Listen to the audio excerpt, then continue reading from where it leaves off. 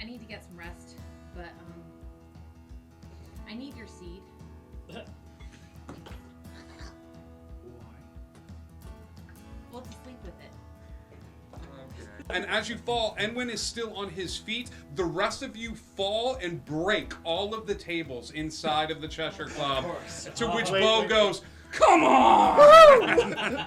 Best day ever!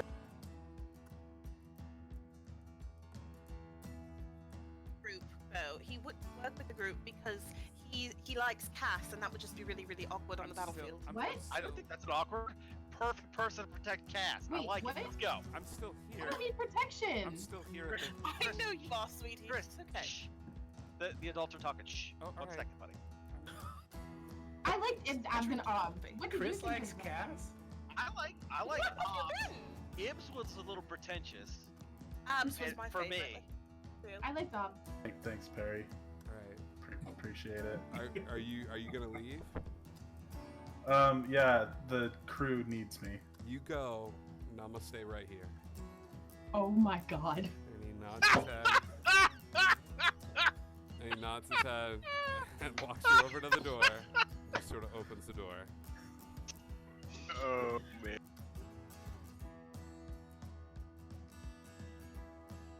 There was mouth stuff poison? Oh yeah. No smell stuff. That came out wrong, sorry. Sorry. I could not laugh. Person has died, Ryan. A little decorum, Death please. due to mouth stuff. Come on. Get over it. I'll go home Smack now. him across the face. I'm like, wake up. All right, you smack Ryan across the We're set up in these stands or floating above the water. Have never seen a ship cross the finish line, but first. And they all watch as the first thing they see is Monkey C. Written along the side of the ship, crossing and backwards. And you have crossed the finish line. Congratulations, crew. You have won the first high lock race for the briefest of seconds. Let them be.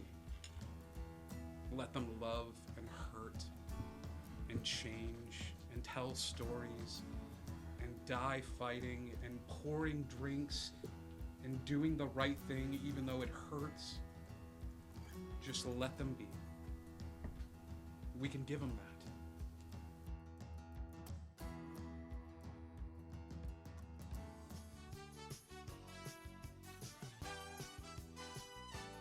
What's going on, Indigo Chameleon audience? It's me, your good buddy Scribe, here to remind you of the fun ways that you can interact here on Indigo Chameleon, even when we're not streaming.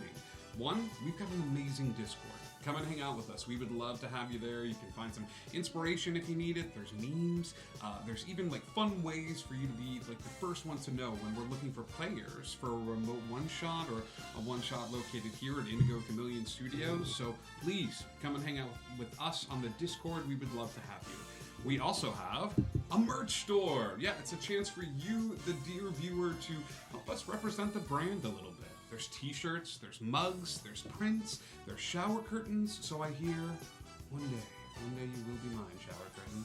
So yeah, thank you so much for all your support. And as always, there's always a spot here at the table for you.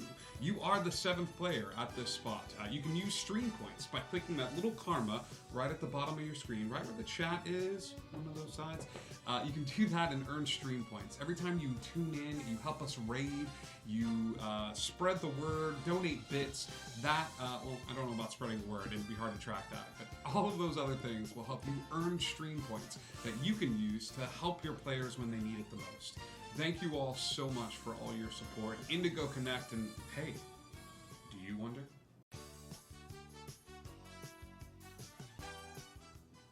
Hello, everybody. Welcome.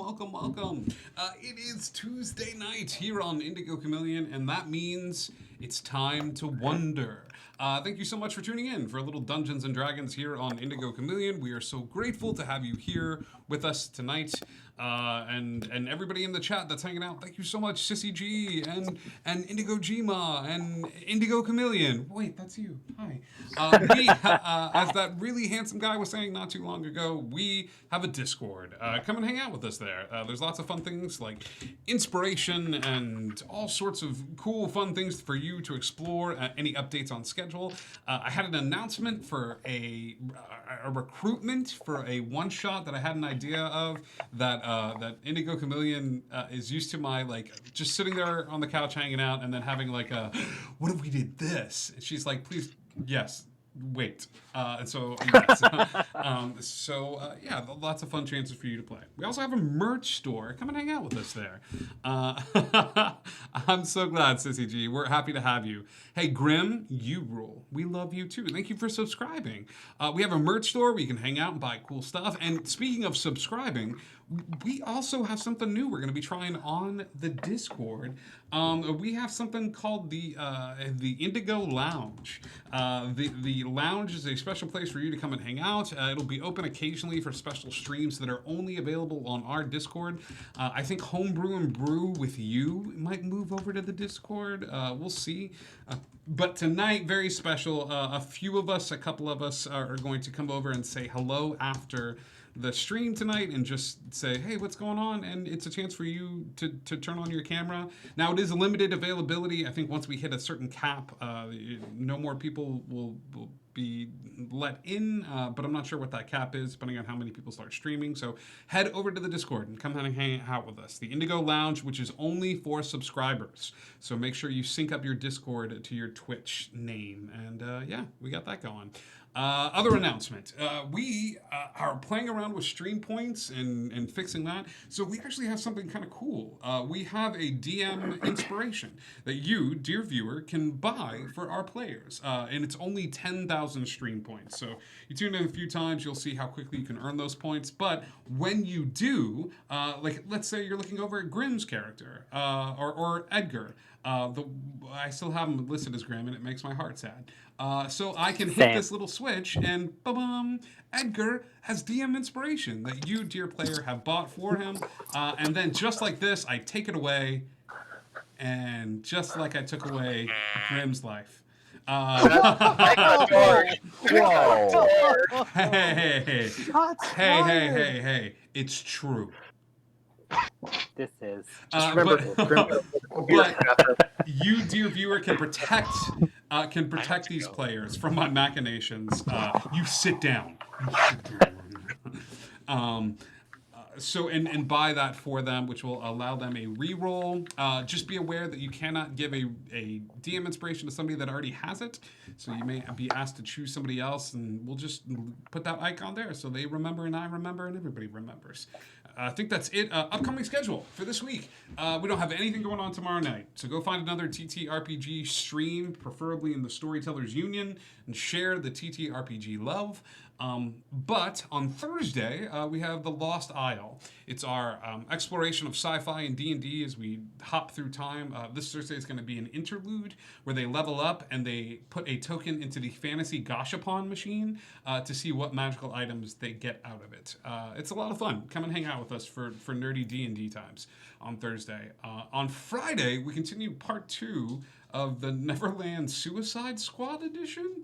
Where the B team sets forth to help rescue a player that has found themselves in prison.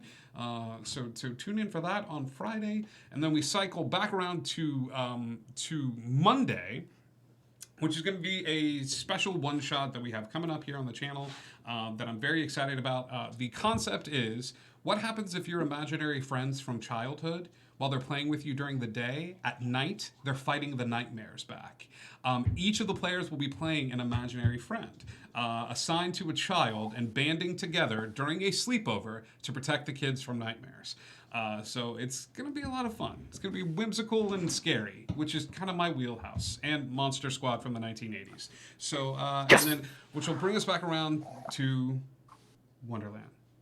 I think that's it for announcements. Upcoming schedule. Does anybody have anything they want to plug? Any podcast, shows, something like that? No? Once Upon a Time. in wonder. The crew has begun their ascent or descent, depending on how you look at it, towards the capital city. Last week, I would encourage you all to go back and watch that episode. We saw a lot of our episodes on Twitch, and we'll start uploading them, the current batch, to YouTube as soon as we can. But this group actually got a lot accomplished last episode, much to my chagrin. Not only were they able to obtain the magical items set forth by fighting a few giant purple worms off. But now they are sufficiently buffed up, each of them acquiring an epic or legendary or artifact level magical item to use as they see fit in the upcoming battle. They've also arranged a meetup with some past allies in previous episodes of this campaign to meet up with them in a bit of a war camp outside of the city capital, where Nyx is headed to reclaim the throne, find out what happened with his sister, and figure out finally what's going on.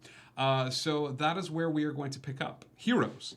Each of you can mark down a long rest in your sheet if you haven't done so already. That should have attuned you to your magical items that you have in your possession. You're going to wake up in the morning, still at the Lonely Soul Tavern, where you've acquired this is your final night. What's up, Adventures in Geekdom? Where this is your final night stay. If you'd like to stay any longer than this, you will have to start paying for lodgings, as JJ, I believe, you have worn out your welcome with JJ. That's fair. As all of you wake up in the morning, what is first and foremost on your plate? Are we all meeting for breakfast? Are we all... I will certainly head down to the common area for breakfast. Okay. Edgar's doing the same. I newly repaired Humphrey at my side. Any changes to Humphrey? He has a bit more of a copper tint to him, so he's a little bit more red. Okay, that's fair. Just a different style of metal and things of that sort. Yeah. Yep, just a different style of metal. He's still a nice little. He's still a good dog. Humphrey is still the good robotic dog boy that you all remember and love.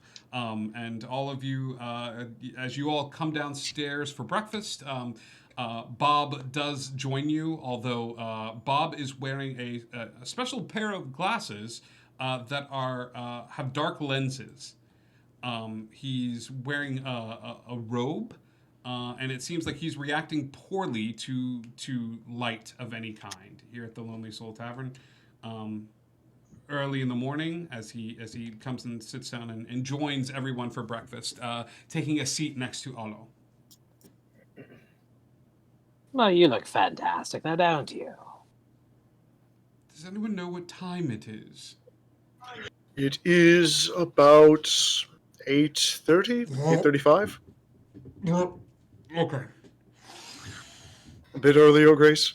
Sometimes I go to bed at this time. It's fine. It's fine. You all talk, and I'm going to just meditate on my goggles while you talk.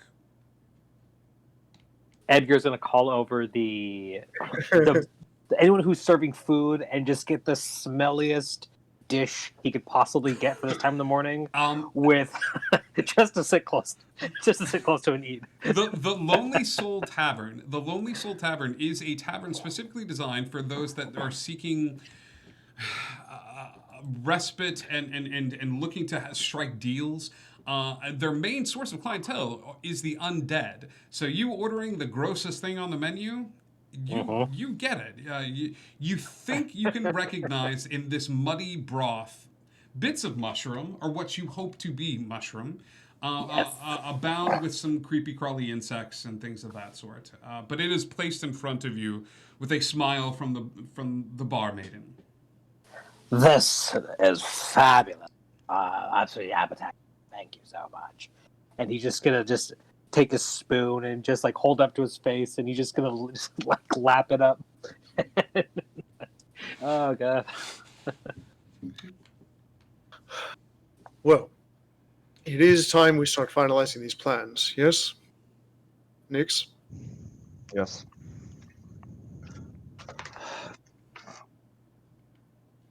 I'm not quite sure what the best way of going about getting into the kingdom is, but once we get past the outer walls, I do know a couple secret entrances that could get us into the heart of the castle.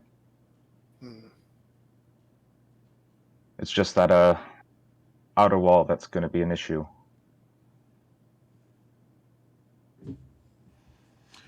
There is, as you guys all sit down, and there's a sort of a morose look to the group with Nix's words. You are reminded of the fact that Mandrake, when you did reach out, there was instructions to meet outside of the walls surrounding the capital.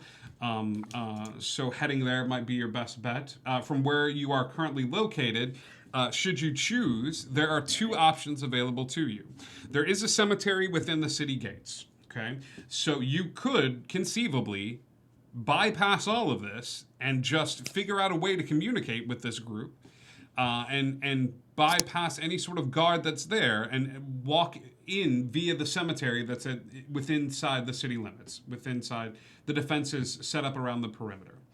Another option for you all is to head towards this entrance and see if you can locate the vast amount of allies that you have set forth to outside of the city walls. Or some odd combination or third choice that involves chicken nuggets that I just have not thought of, that has all been percolating in your head. So, but those seem to be the options that you can weigh and seem your best bet. Nix, you can still do ascending, yes? Yes. So, if we could enter from inside the city, perhaps the armies that we've gathered could distract them from the outside. If you send ascending to Tigris and Bixelby and Laurence Olivier, let them know what the plan is, I'm sure that they would hold the wall. Yes, but depending on how many people I'm sending to, I'm burning magic. And I'd rather have as much of that available as possible for what we're about to face. Understood. There should be a graveyard not too terribly far from the city walls themselves, preferably outside the walls. We meet up with them there. I do have an idea about getting in. Nix, a question. All right. The outer walls of the city, how thick are they? I mean, they're mostly just walls. Give me a history check at advantage, Nix. Nat 20. My argument to this would be, when Nix was a child, being brought up within the castle, rarely would they let him skirt the outer walls of the kingdom in terms of that sort. However, with the Nat 20, they did allow him to look at the blueprints, which he memorized for some strange, odd reason. The walls are fairly intense. They range, let's say, about 20 feet straight up. And surround the open perimeter. The back of the city capital, the castle is built on a hill overlooking the water. And when I say hill, I mean rocky crags and stuff like that, the ocean pounding into the water and things of that sort, to give access to the Navy. Not only that, but if an army were to attack, it would provide an easy point of egress either way. If the army attacked from the water, the group could make their way down into the city proper, finding refuge there. If the city stormed the gates, they could retreat to the water. There could be alternate routes as well. As Nix is very well aware, when the castle was overtaken, he ran out into the city, sort of assuming position with the throng of people that were running about like crazy. Trying to escape a bit of the chaos. The closest facsimile that I can bring up to this that's relating to pop culture is think the area in Game of Thrones, the large castle. Do you know what I mean? Where like you had the Like Casterly Rock? Yeah, like you had the walls, but then you had the inner walls surrounding the castle, but you also had the back to the water as well that was heavily fortified. Does that make sense? Yeah. Okay. Yeah. So Nyx, in his own unique voice, would explain all of this to you, sharing all this pertinent information. Yeah, it's only 20 foot high, so. All right. Well, depending on the thickness, I could literally make us doors to walk in. That would work. So what? We just go through the stone. Well, I mean, yes. the less noise we make, the more of an element of surprise we have. So. And spreading our forces around the city would lead to multiple points of distraction. So we're causing them a little bit more chaos around the city as we enter through. I'd rather you not destroy my city. We're not destroying the city. I'm merely creating doors with which our forces could enter through the walls and then disperse to distract the guards while we go forward and reclaim your throne. We can give explicit orders not to destroy, just to distract. I was just talking to Edgar. Ah, yes. First of all, what makes you think that I, amongst anyone else here, would destroy for the sheer fun of destroying? Not for the sheer fun of destruction, but possibly to raise another skeleton group like you did the last time. Oh, but that was so much fun now, wasn't it? Have some fun. It was not. I think the answer, we all know it anyways, so Fine. I'm not gonna.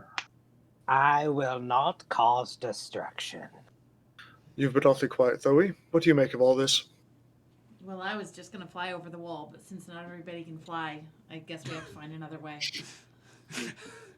She says, looking at Olo. Question. How... Olo, could you carry someone? Maybe. Zoe, I can could also you carry someone? I could probably carry multiple people because I could fly and carry somebody, and then I could turn somebody into something else, and then also carry them if they were small enough. In fact, I could probably turn a couple of people into things. I do have another solution without you having to polymorph anyone. Well, and I'll that's pull so out much my fun, though. I'll pull out my potion of flying. I guess that's a I've solution. also sort of been tinkering with the idea and may have a method of flight myself. I was just going to offer you this because I assume you could carry several people. I'm not quite as strong as my brother. Even if we could all fly over the walls, we could still be seen. Precisely. And centuries be walking the wall, I would imagine, just like they did at the academy. I'm wondering if going by Which is graveyard might be just easier. I mean, That yeah, still leaves the there's less problem us, of our allies. I think the door is the best option.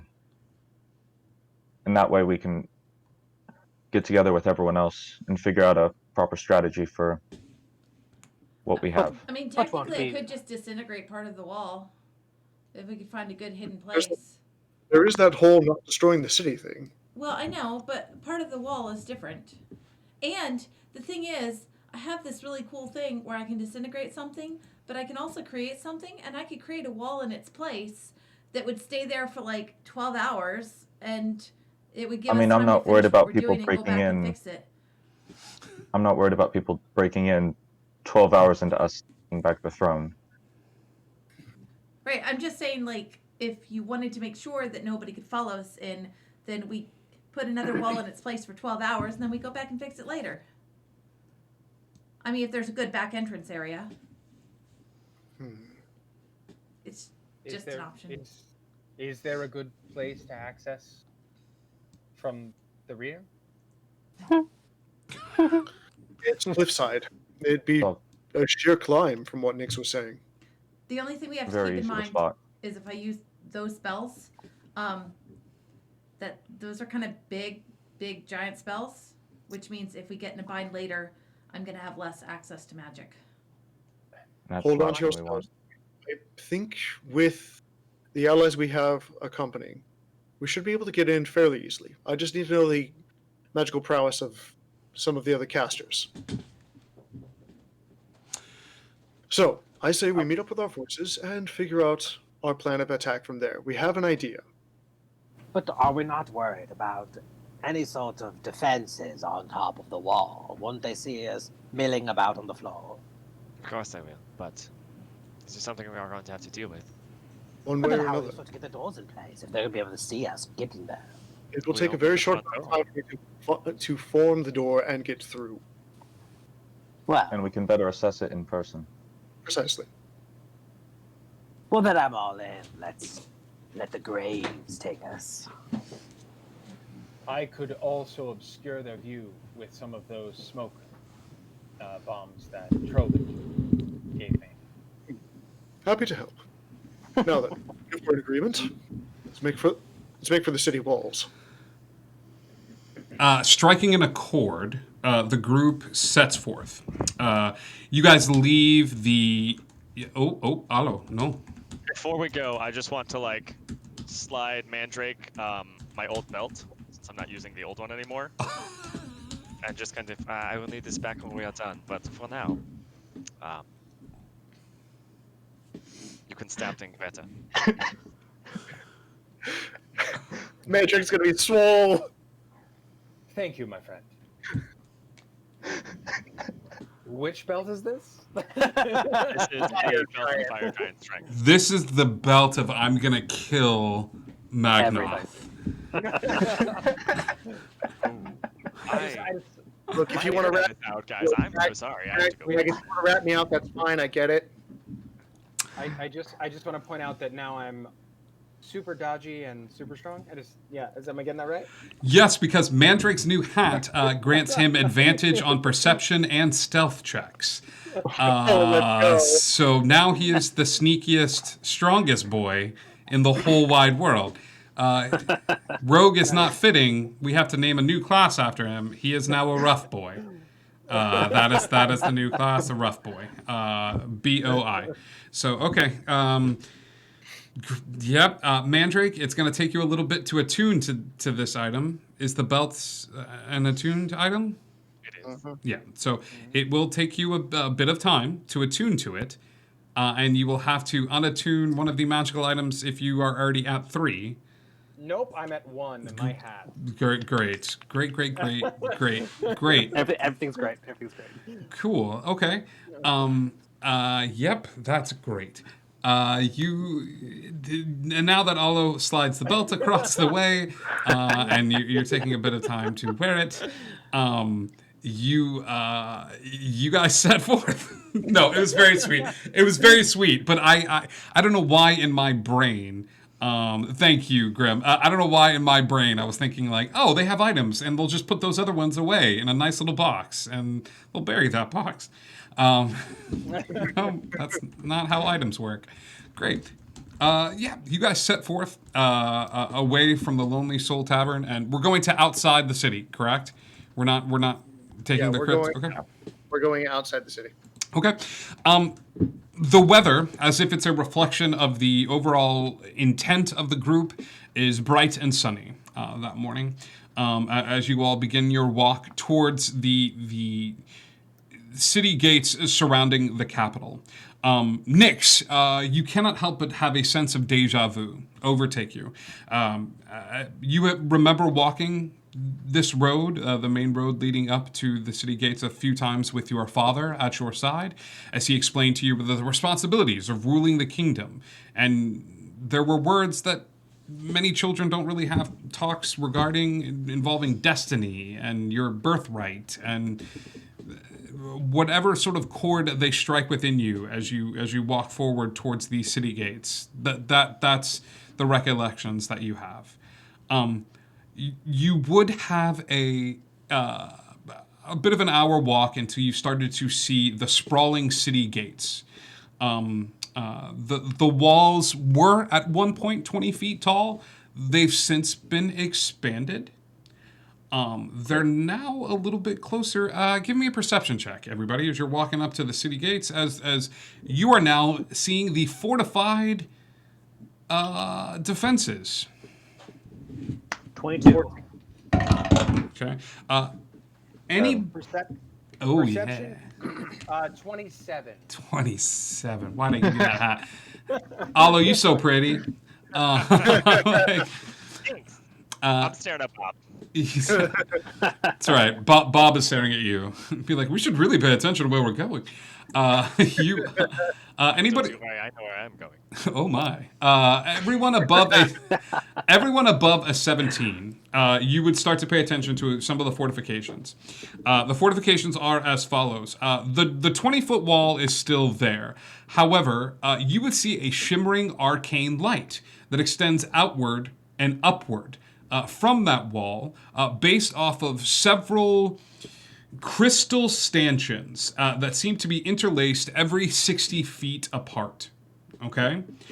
These crystal stanchions, and when I say crystal stanchions, I mean think an actual like a stalactite or a stalagmite of crystal rising up from the wall itself that looks to be entirely composed of crystal, which sends a tiny shimmering wall of energy upwards towards the sky. These seem to be at places 60 feet, every 60 feet or so alongside the wall. The only place that these crystal stanchions are not focused is the large gates, the double-sided gates, which you see to just have one particular individual manning the gate. It is an automaton or a warforged of some sort, which reminds you of another particular place as you walk closer and closer to it. There are sentries that seem to be walking, and I think with the amount of time that you guys spend just sort of walking towards the city, there are other individuals walking towards the city. You would spot 5 or 6 of them, exchanging pleasantries and walking the walls, just sort of staring down, not searching for anyone actively, but just maintaining and patrolling the area. Does that make sense? Okay. I would imagine at this site that the Metal Angel is far too glamorous.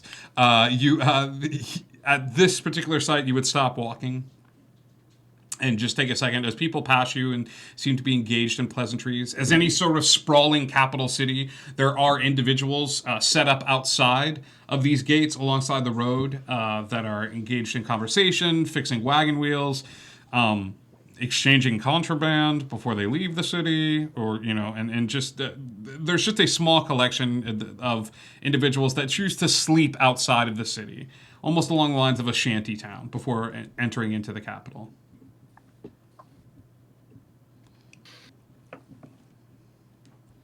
There's a lot going on here.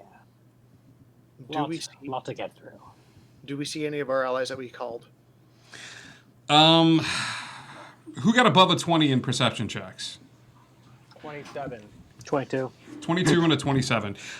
Edgar, you don't spot anybody. You kind of scan the area. You're more based on your background, you're more like, where's the cops at? Like, or where they're yep.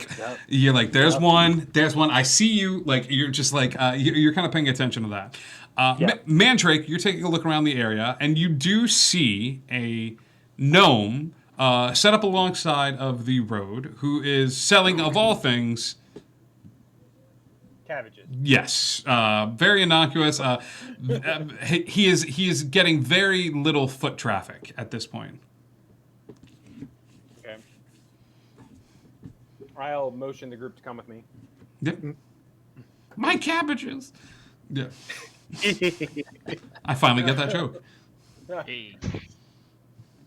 Those are the kingdom's finest cabbages. They must be from Tanoth.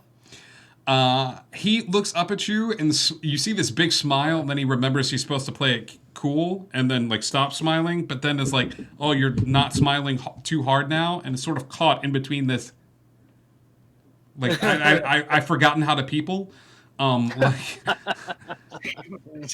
Blue screen of death, error. So he goes, yes, our cabbages are very fine. Would you like to have some? I would very much so, and I will hand him 1 gold piece. We keep the best cabbages in the wagon. Winking. I believe you're not supposed to say that part. Sorry, there was no parentheses in the script, and I just. Show me your finest cabbages, and I won't tell Big Sir. I will show you my finest cabbages.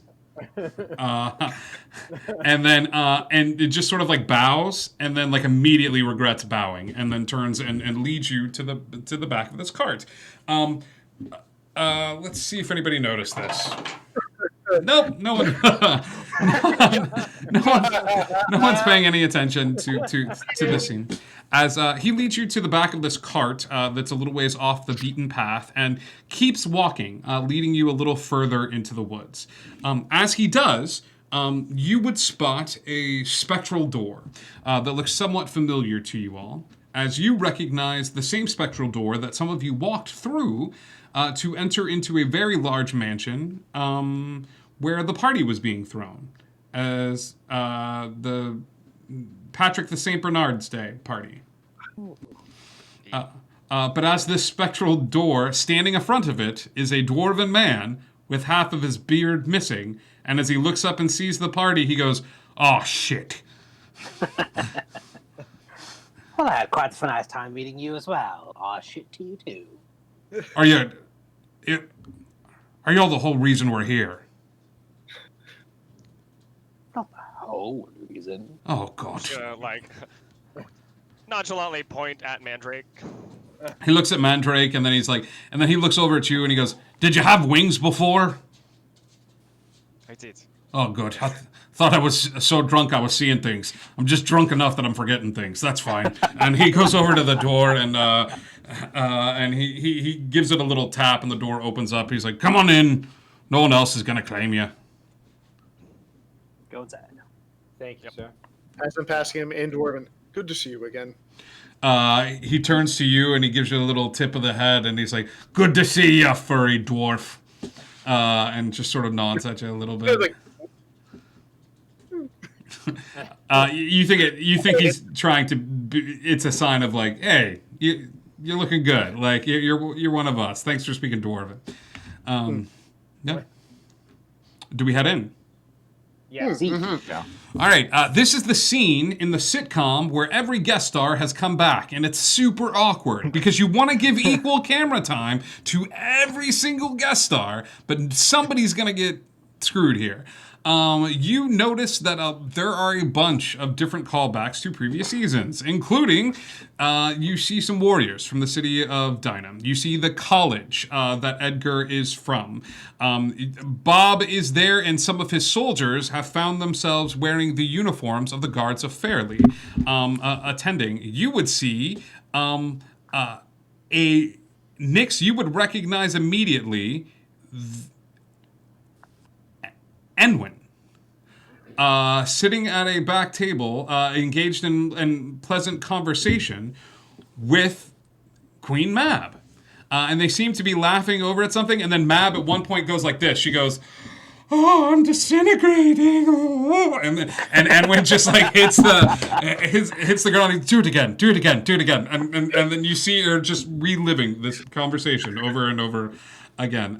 Trovik, in the far corner, you see your research team as well, which is slowly gathered. You see a few other individuals that seem to be moving about and speaking and pulling out maps and engaged in conversation.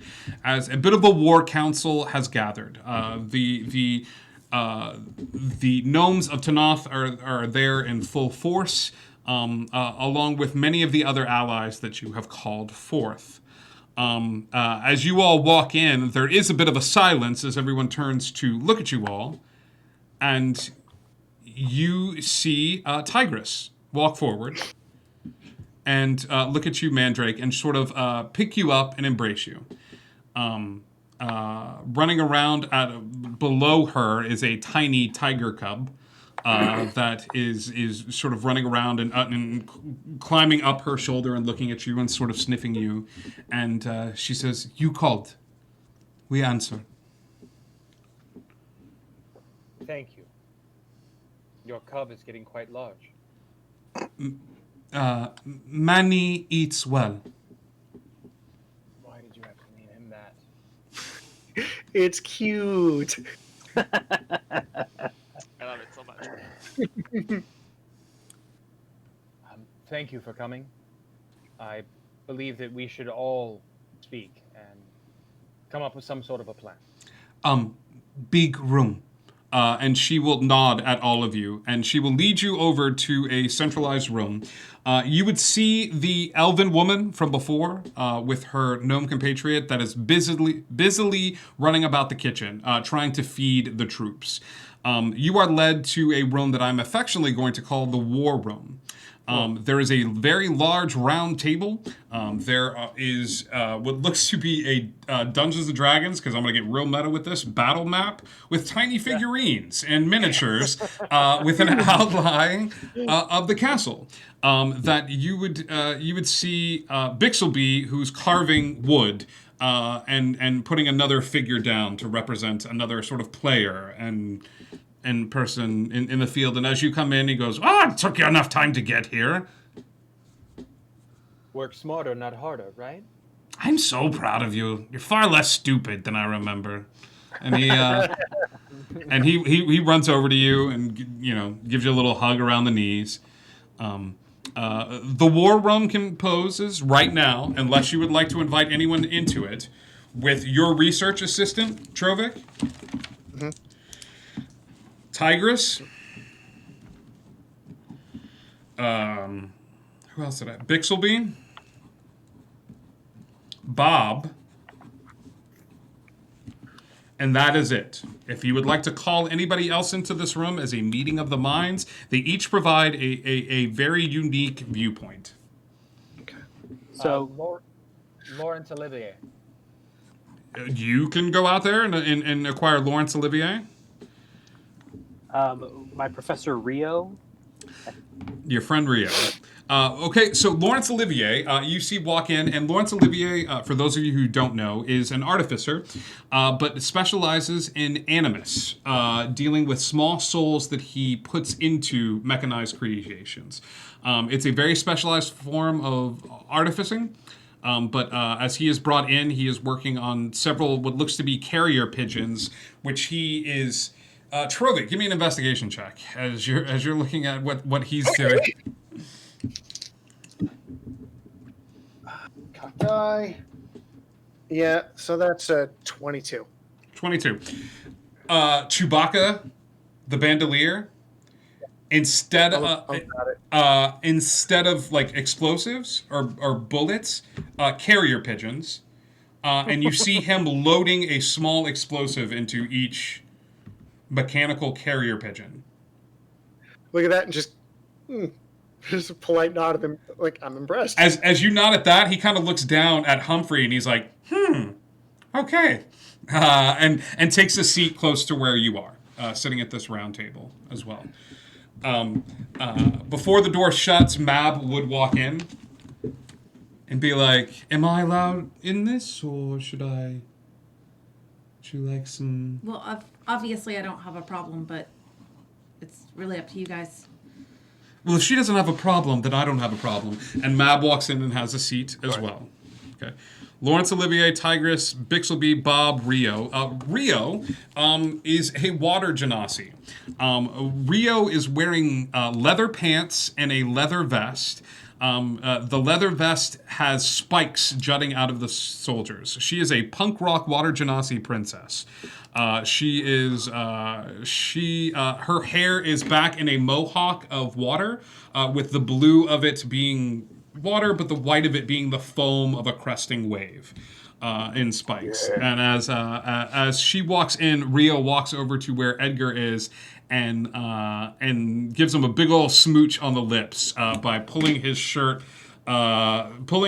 close and like giving him a kiss, and then like kind of pushing him back, and then sitting at the table and propping her feet up on the table. It's the pearl. If Enwin's not in there, I'll invite him in. Okay. Nix, you head outside? Yeah. Okay. When you head outside, he's gone. Okay. Never mind then. Give me an insight check next. That's gonna be good. Insight 17. The meeting feels more of a I'm with you, but I'm not going in with you.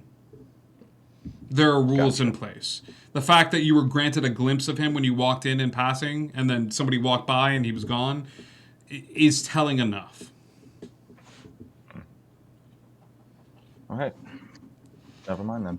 Head back in. Bixelby, being the shortest member of this party, will still be the one to walk over to the table and pound upon it, being like, "So, what are we doing?" We have a plan to get into the city. You do? Well, a general idea. We can further refine into a plan. We have a plan to make a plan. You have a plan to make a plan. Oui, that is what I said. All right. What is your plan to make a plan? To come here and get you guys to make the plan. Well, we had a little bit more than that. That's not cool. He is actually the smart one. I'm going to shut up and go over there. Bixelby will start. I'm in the corner. Bixelby will start laughing and look over at Allo and then look to Mandrake and be like, "Well, at least this one's smart." We do have a plan because we didn't think you idiots would have one. And Bixelby will kind of lay out the map. He's like, we're going to, and get ready, assault the walls while you guys sneak in. So there might be a problem with assaulting walls for some people, not everyone. Mm-hmm. Doesn't want the walls to be damaged. He's gonna like point over to Nyx. I said the city. Oh, then blow the damn thing. Well, no, that's not. No, that's fine. Blow them up. That's fine. We will keep the city guards busy. We will attack tomorrow at dawn, and it should buy you enough time to lead a small task force inside via the crypt system or whatever means you find necessary. And we'll keep everything busy here. And a few of Tigress's people, and he nods over at them, are under civilian casualty control, making sure people are fine. We will lead a triage of sorts here, led by Mab, of all people. Thank you, Queen of Air and Darkness. And Mab will nod towards Bixelby. And then she'll look over at Thoe and says, "They've allowed me to eat any of the enemies that aren't going to make it." Gross. I mean, great. I would like to go back for a moment. You said the crypt system. Yes. Nyx, you didn't mention a system of crypts that ran under the wall. I don't know any crypt systems under the wall, but I do know secret entrances into the castle itself. The royal family was buried under the castle, past generations, many of them. What you all will be doing will be crawling through the sewers, up through the crypt system, and into the castle direct. Sensible. Albeit a bit smelly. Well, I no longer have a sense of smell, so that's fine. But for those of us that do, I don't mind the smell of the dead. But good heavens. He will nod and say, "So are we all in agreement with this plan?" I'm fine with it. I believe it may be a wise plan. Trovik, you did have an option. Xandros, thank you so much. You're the best. Thank you for the 5 Tier 1 subscriptions. That's so generous. We love you. Chromatic Chimera, Castle, Boisterous Bear. That is my new comedian name. And Pop Sparkle, thank you so much for subscribing. Thank you guys. We appreciate you so much. So you, what was that question? One more time, Mandrake. Trovik, you had a plan as well, a way to make doors through the wall? Which do you think would be most successful? Bixelby's does seem to be a bit easier to accomplish with a smaller group, and it would endanger fewer lives. And wouldn't it get us closer to where we need to be than having to run through the city to the castle itself? It's just a matter of getting to the catacombs via the sewer system first. Now, how long will you be drawing the guards' attention? As long as it takes. And as he says that, you see a sort of confirming nod from everyone in the group as Laurence Olivier then nods his head and goes over and starts measuring each of your hands. Lawrence will take out a measuring tape and just he's looks like he's taking very appropriate dimensions of each of your hands. And Bob goes, that's actually where I'm coming in. I had a bit of a stroke of genius, and I wanted to keep it a little bit of a secret. Things in Wonderland are bad. Real bad. And everyone here is dedicated to seeing that you, Nyx, take your rightful place on the throne. Because new leadership is needed, so we hold the city walls for as long as it takes. I'm not saying you should dilly-dally and start walking around the castle, take a little nappy, but for as long as you need, we will continue to fight. Now, that being said, we realize how important a lot of us are in terms of our skill sets, so each of you are being outfitted with a bit of a stroke of genius from our mad scientist. And Laurence Olivier is going to take looks like he's tinkering. He's over off on one corner and stuff like that. And as he's tinkering, he creates a band. Okay? The bands are then sort of just pushed together and measured using the measurements of your hands. And each of you are given a small band. The band is composed of an odd symbol. It has... It's a symbol that has kind of a bunch of different symbols within it. You see the Mad Hatter's hat. The hat is accompanied by some whiskers on it. And it looks to be small pieces of the hat are broken off of it, and it looks like they are being put back into it. There's even a heart representing the Red Queen and the Red Keep, as you see this sort of band representing a few different religions and deities pushed together. Each one of us will be wearing one of these to symbolize what we are fighting for and standing for.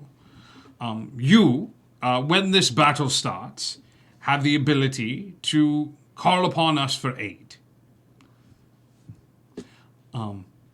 In parlance of D&D, you all have...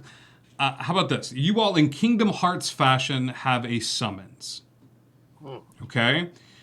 Once it's used, it's used. Okay? It's a bonus action. You don't have to use it at all. But activating that summons, your long list of people that are fighting outside of the city walls, take a brief reprise, come in, utilize whatever skills are appropriate to them. If you have a specific goal in mind for them, you may call upon them to use that. If not, I will do the best that I can. It could be an attack, it could be a buff, it could be a skill check. Whatever you so wish, you each have a summons. Okay? So use it wisely. Use it for the battle ahead, use it when things are dire, or use it when you can get that advantage that you need. Okay? The damage or cure output that this character does will not exceed that of a 9th level spell. This is not a game breaker. You are not summoning a god forth. Unfortunately, calling forth Cheshire or Enwyn, that's not going to fly here. It's members of the rebellion that you have reached out for and made your charisma checks, or cheated in the case of Mandrake. I will never forget. So, not cheating if you stay within the rules. But as these bracelets are passed to each and every one of you, there is a sense of unity. There is a collective sigh that breathes in the hearts of every soldier before a large battle. And there is also a sense of dread. This is a major change to the political climate of Wonderland. This is a major change to the future of what this continent will turn into. And there is a few seconds of quiet contemplation that moves around the group as the ramifications sink in. You are about to change destiny. Hopefully for the good. Xandros, you're the best. We love you. Thank you so much. We're doing great. We're doing better now with you here. But with that quiet sense of contemplation and realizing the stakes that are at hand, everybody will activate their bracelets, okay? The other side effect for these bracelets, you will know the location of somebody wearing these bracelets, okay? So if the party gets separated, you'll be able to reach out and you'll have a general direction of where that party member is. Does that make sense? Yes. Should something happen to them. Got it. Okay? Got it. Mm-hmm. How many rounds does the summoned person stay for? Just one? You are essentially, so how about this? You're in the middle of combat. Nyx summons somebody with his bonus action. Okay? They will go immediately right then and then back to the battlefield. This is and I am very proud of myself. This is a reverse banishment. Sweet. They are reverse banishing to this particular point, burning the magic inherent in the necklace, burning the necklace essentially to be there to help, to assist, and then they are immediately back to the battlefront. Gotcha. Okay? Okay. All right. More time is spent going over the map. Locating like the defenses. Bixelby will point out to you all that your entrance into the crypts will be here outside of the city. There's a entrance into the sewers here where a lot of the refuse and waste and things of that are dumped. You will go in through this entrance before morning light. The siege on the castle should take 24 hours. Should you fail, should something happen and the group fails and the ascent doesn't happen, the Nyx taking the throne doesn't happen, then the Red Keep will be called in to wage war, to take it by force. But you know that the city will be destroyed during this conflict. So this is the chance to do it without damaging or possibly hurting the innocent people that are within the city capital itself. Okay? Mm-hmm. Okay. You guys take a second. You have all of your allies collected together. Now is the time to strategize. Any items that need to be reappropriated or given or rested with, anyone that you need to tweak this battle plan or figure out exactly what you're going up against, now is the time to do so. I'd like to just, before we adjourn, before we start this war of sorts, that we all meet together in the morning. And I'd like to offer you all something very specific. It's something very alluring to help. Cock my eyebrow and just look at him like, nothing you say has ever been friendly. This is all for your benefit. Trust me. That just consider it as a parting gift, something to get us through, a little extra something in the day. Very well. Okay. I'm gonna take my ring of necrotic resistance and put it in the middle of the room, probably on a table. Just anyone that wants this. I will also put down my brooch of shielding. I'm gonna. So you- I'm gonna add Go my ahead. ring of spell storing because it's a 4th attunement slot that I don't have space for. Okay. If we don't think we'll need this, I'll hold up the potion of flying and place it in the center of the table. This is like you guys kind of place it in the center of the table, and Bixleby goes, "We have a few items that we are equipping with the troops, and but if anyone here in this room," and Bob will immediately reach over and put the ring on. We'll grab the potion. We'll actually put, look at anyone else's. No one makes a move to grab it, and go to put the other ring on, and then think other of it, and put the ring back down on the table, and just sort of. Which ring is he leaving on the table? He's leaving the ring of spell storing on the table. I would like to, if no one has any objections. Bob then feels greedy and takes the other ring off and puts it on the table and goes, I can wait till everyone leaves the room, and that way it's more of a like, no one wants this, who's gonna eat the last slice of cake? Oh no, It's a ring of what, one more time? Necrotic resistance. Who would want to resist the dead? What's the matter with y'all? It means you would take half damage on any spells cast at you that do necrotic damage. Like, say, Blight. Who would cast Blight? Who would do the spells that kill you. Okay. Edgar's gonna just slowly just like, da, da, da, da, da, da, da, da. Nobody wants it.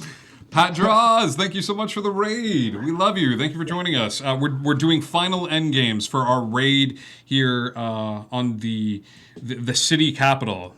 Thank you guys so much for tuning in. We love you. Go ahead, man. I also have this, Bixleby. If you or any of your alchemists could use it, and I'll pull out that Beholder eye stock that I've had in my bag. Okay. I'll look at Valentine and just cock my eyebrow and kind of like nod my head toward the beholder eye stock. Just there's a cough as you see as Laurence Olivier. It's just like I wouldn't mind if I could I'll hand it to him. Oh, okay. Thank you so much. I can do great things with this. They will also, Bixleby will place on the table 1, 2, 3, 4, 5, 6 superior healing potions. Taking one. Okay. Same. Okay. Everybody adds a superior healing potion to your inventory. Unless that's it. I know. I'm so sorry, Patros. It was my fault. We broke dawn. But as soon as he puts those healing potions down, he kind of looks at the group and eyes everyone up and down, and you guys are strapped for bear. Nyx is wearing a brand new cloak. You would see like between the hammer and the dog and the blingy bling that Edgar is wearing, and which is the blingiest, and then Mandrake with his new hat, which seems to glow with an arcane energy to it and quiets his movements. And Alo looking just like the beefiest of beefies. He looks at you all and says, I don't think you need anything else, but is there anything wish list wise that do you feel would better equip you for the upcoming time ahead? No? No, thank you. peace of mind, but let's be honest, that's not going to happen until this is all said and done. He laughs hard at that. He's like, oh, I'm sorry, we're fresh out of peace of mind. I could offer you existential dread. We have a little panic that's a little past its prime that you could do. How about this then? A bit of arcane genius from some mad mages.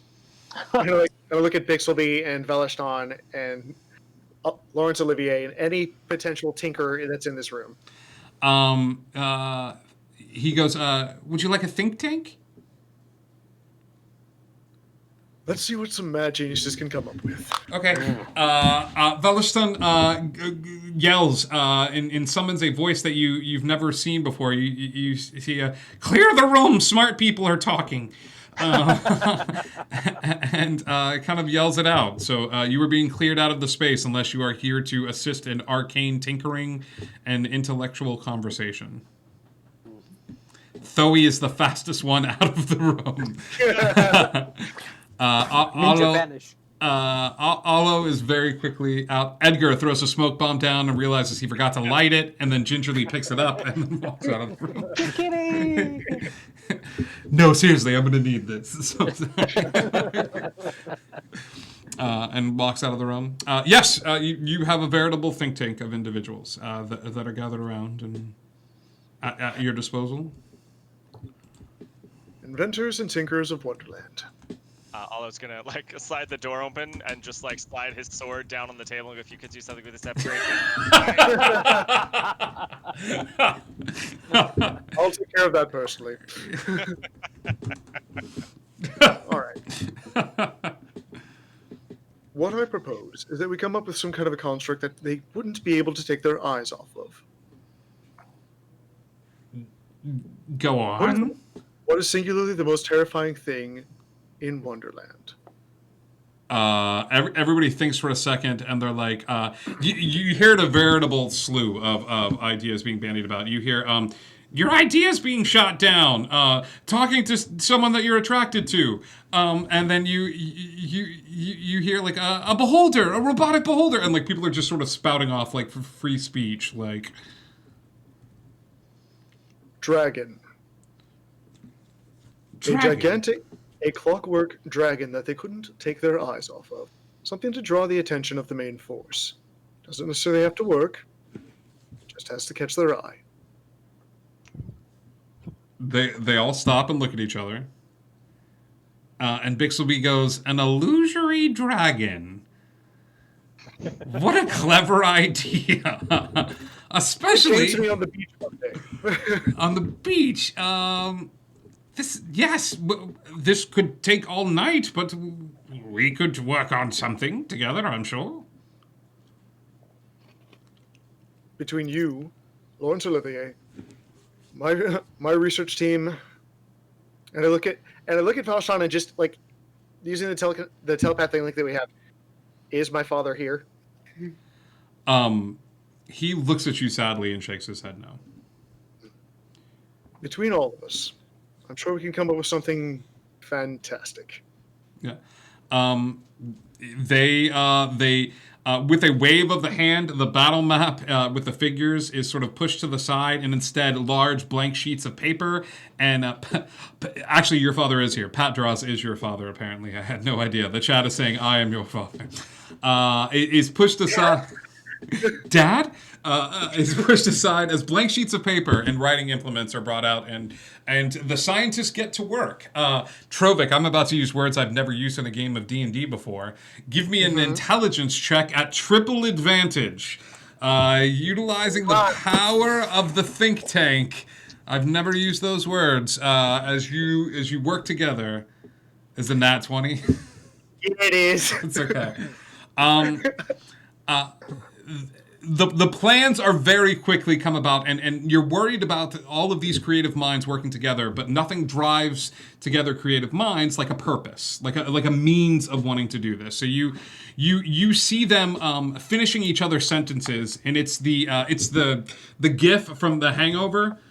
With the numbers and the stuff like that floating through the air and stuff like that as they're looking at the paper, and everybody's finishing each other's drawings and running about the space, and Laurence Olivier is constructing a mini version, and people are changing it and taking pieces off, and without consulting you, everyone who's standing outside the room, there is a boom explosion as the door is kicked outward, and this group of nerds goes running out,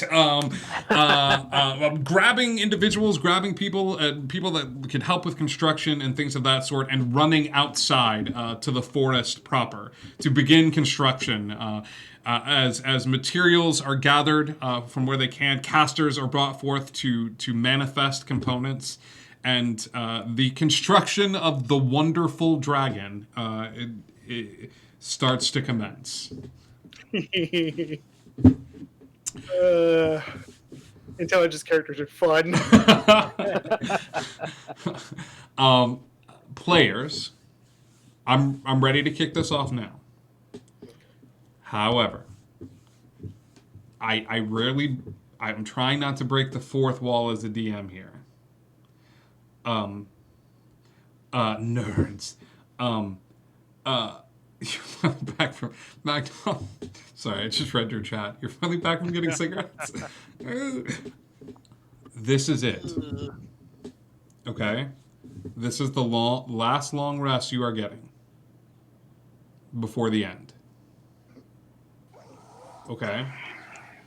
So the next couple of sessions that we have will take place over the same 24-hour period. And we can start it tonight. And I think we're going to, based on time-wise and the things that you guys have set up. So we're going to start our ascent, but this begins the last 24 hours in Wonderland for some of us for a very long time. Okay? Okay. Let's do this. Do we have private, quarters? You do. The magnificent mansion, which you are standing in, has a bunch of ghostly servants that wander about. Food is provided to you, but there are a plethora of rooms upstairs. Should you choose to stay outside, no one would fault you. However, the only guaranteed safety in this situation is sleeping here within the mansion, as Nyx, to assage the group, give me an Arcana check, please. I think I had you make this once before. Arcana is going to be a 24. Yes. No one is permitted inside the mansion. You can't get inside unless you've been granted permission. There's no magical means that could bring this down, save for, catastrophic, some high-level Arcana. Okay. Okay. So there is safety here within these walls. And who can invite someone in? Is it just anyone or only the caster? The caster of the spell. All right. I'm gonna go figure out who that is. Oh, that's the elven woman. Mm-hmm. All right. I'm gonna go talk to her then. All right. She's sitting down and enjoying a cup of tea, sitting in almost the identical same seat that you and Mandrake saw her and spoke to her sitting in all those days ago at Patrick the St. Bernard's Day. Hello. Hello. I was wondering if I could ask you a favor. She kind of looks at the walls and she says, "This isn't enough?" It's because you're the one that did this, I'm coming to you. Kidding. I'm kidding. It is a poor attempt at humor. What is your boon that you seek from me? I know you're the only one that can allow people in and out of this place. I was wondering if you could open the doors up to someone. You have her attention as the tea is placed upon the saucer, and she leans forward a minuscule amount, but it seems to carry weight with it. As she looks at you and just says the words, "Who?" My boyfriend. Which can be a bit tricky since he's currently merged with the White Knight. She looks at you as if to try to discern if you're joking or not. When she doesn't sense anything, she leans backward in her chair. There's no telling if he'll actually come if I call, but I just wanted one last chance to see him if I could, just in case things don't go well.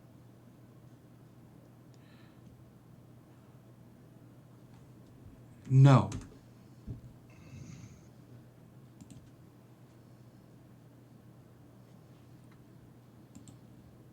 Is explanation required? As much as I'd like it, I think you've done enough that I shouldn't. I am question not it. sure the White Knight would find every individual within this house pure. While they are here, they are under my sense of protection. I would encourage you to seek words with your love, with your soulmate. But I have a responsibility to everyone within these walls. And from what I have heard of the White Knight, while he does a great deal of good, good is a subjective term in these tumultuous times. It is complicated and terrible.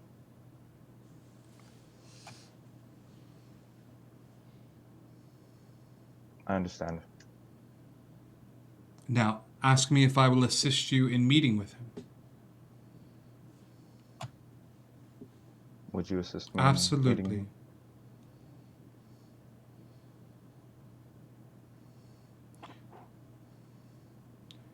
Decisions like this, of protecting people when your heart wants you to reach out to something or someone, this is but the first of many, many decisions you will make, my king. Seated upon the throne. Your decisions will have far-reaching impacts greater than a house full of those devoted to you. There is a kingdom. There is a land full of people seeking guidance and protection. This is but a microcosm of the choices that await you.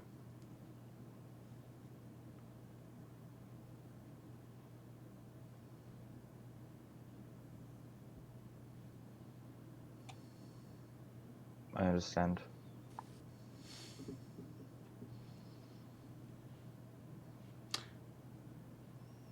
Before your battle, I will see what I can do.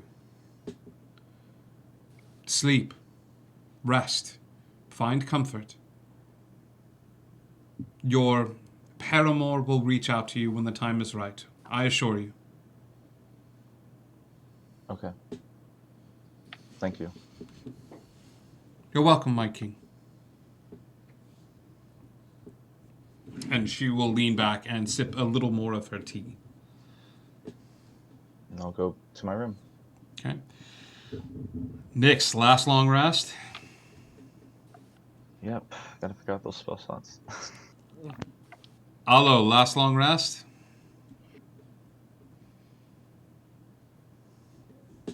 Oh, you might be muted, buddy. Yep, no, I rolled over my cord and it unplugged. Yes, last long rest. Mandrake, last long rest?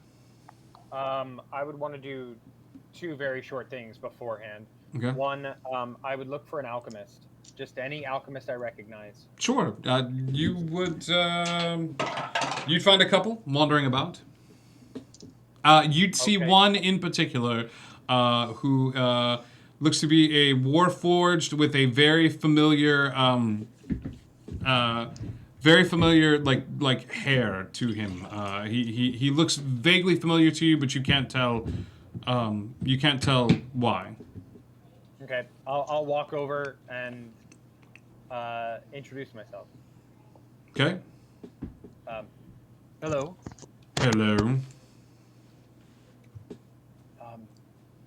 You look familiar somehow. I get that a lot sometimes. And your voice.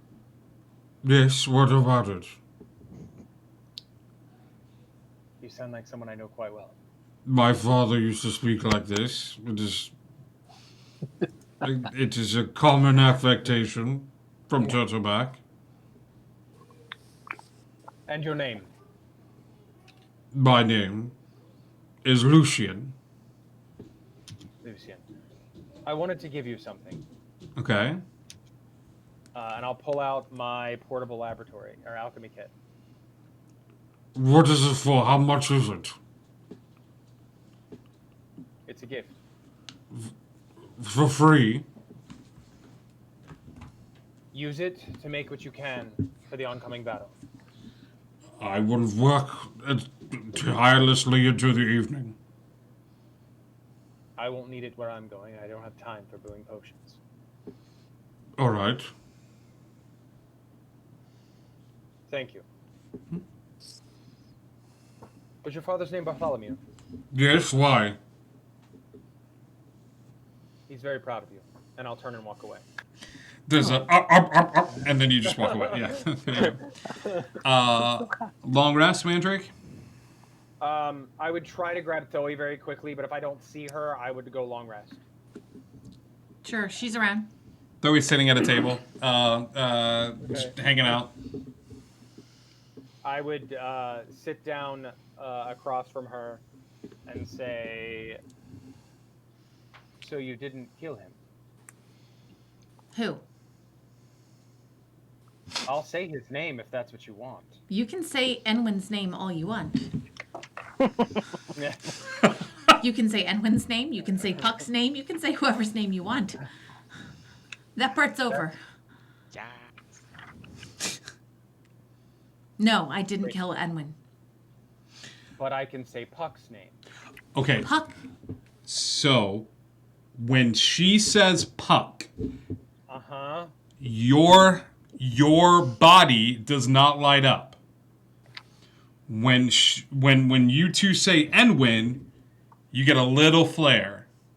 But Puck, the lights are dead. Like, the lights are dead. There's no burst of light. There is no nothing. Puck is dead. Very dead. Like, disintegrated. Dead graded. And you kept it from us because our knowledge could ruin your plan with the Fae. Yeah, because if one person said his name, he had to believe that my target was Enwyn. That's the only way it worked. And if one person messed that up, I mean, I already almost messed it up. I don't even know how many times, and that was just one person. No explanation is needed. You did what you had to do, and I'm sorry for ever doubting you. It's okay. Maybe I was just really convincing. Very.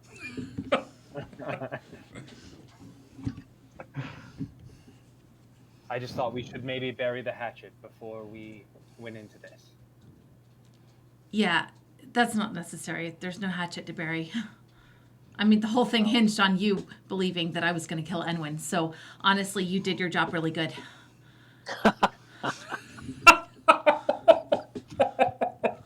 The only thing that might have worked better is if you'd handed me a deal.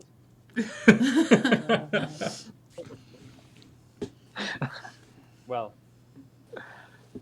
until tomorrow. Until tomorrow. And I'll head upstairs. I'll head upstairs too. Okay. Last long rest, Mandrake? Last long rest. Zoe, last long rest in Wonder. Yep. Okay. Who haven't I asked this to yet? Chovik? Me and Edgar. Yep. Chovik, last long rest? I'm gonna attune to the Ring of Spell Storing, Okay. put a 4th level Branding Smite into it, Okay.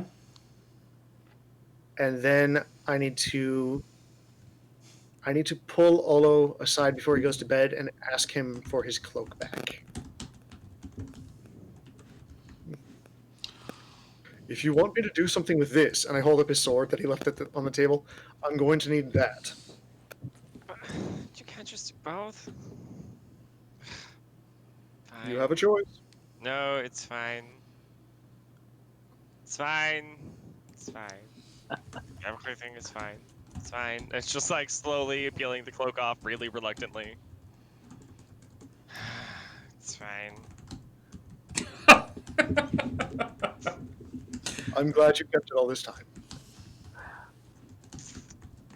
Gonna wrap the scimitar up in the cloak, and I'm going to head into my room and start a new infusion for my little brother, or my little big brother. My little big brother. Big brother. From CBS this fall. My little big brother. All right. Chovik, you're starting your last infusion. Yep. Edgar, last long rest in Wonderland.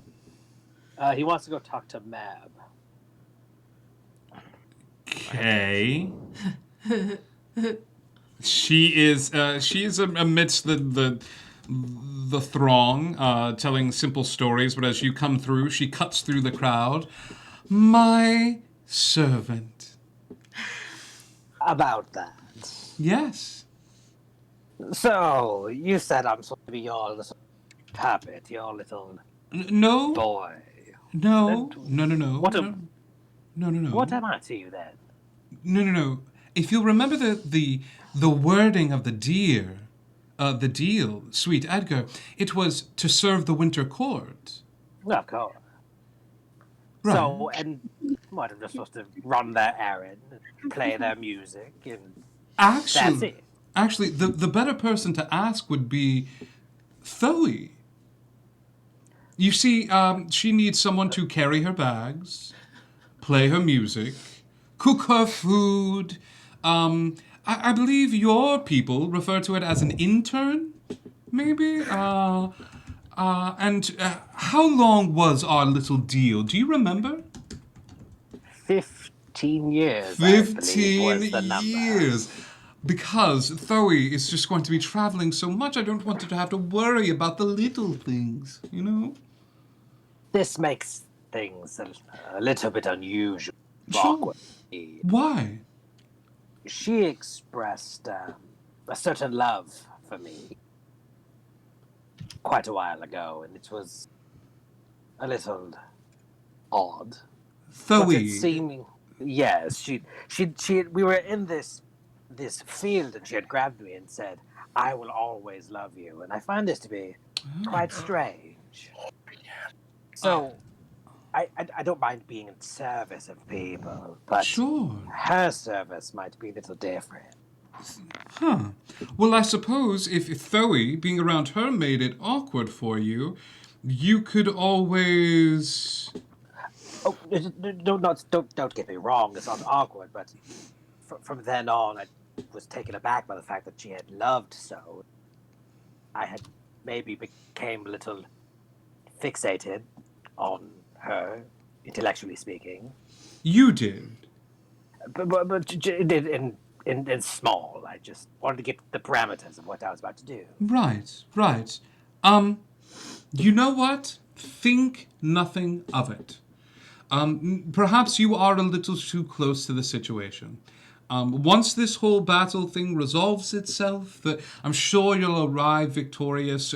We will discuss other means of repaying your debt of 15 years. Perhaps a intern or attendant is not in the cards, especially if your relationship is that tumultuous.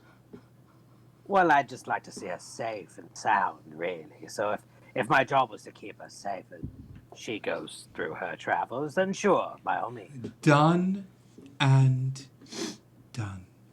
And he's going to do this very large gesture of bowing and reaching out for her hand and try to get a kiss on the hand from her. And sure. She will let you kiss her hand, and then she will take one hand and pat you on the head and say, "Good boy."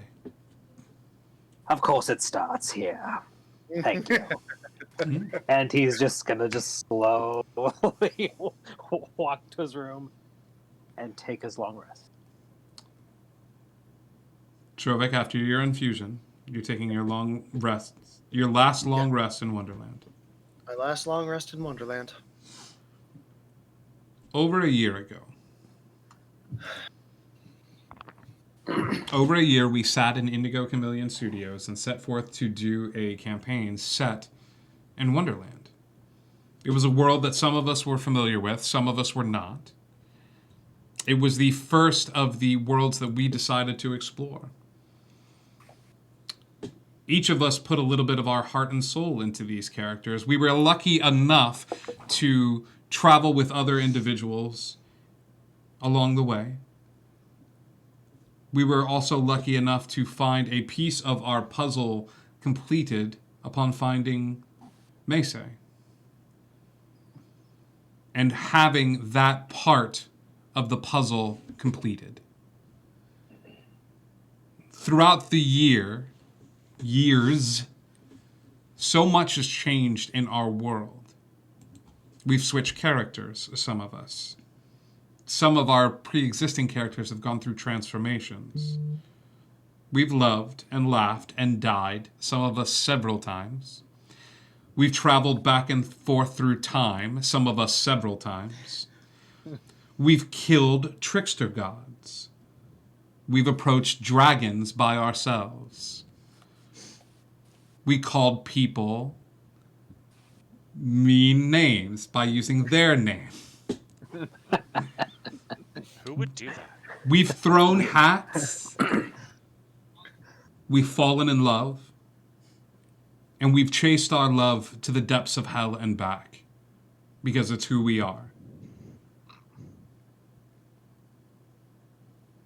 When you settle down for your long rest, it has meaning behind it.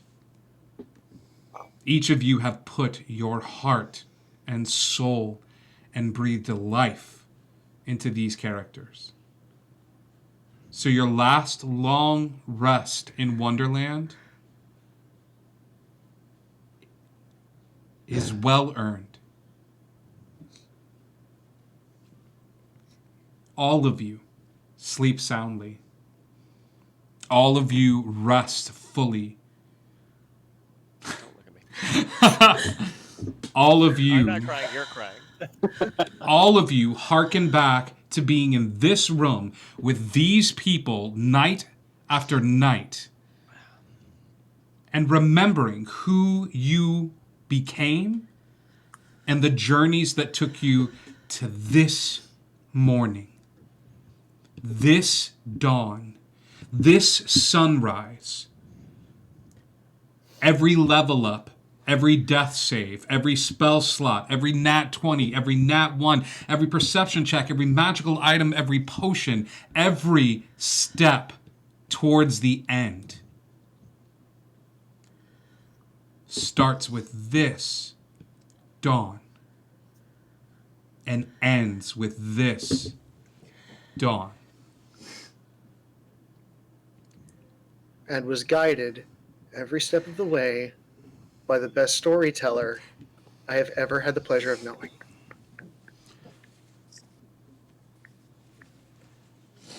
We end our story as the way most stories end.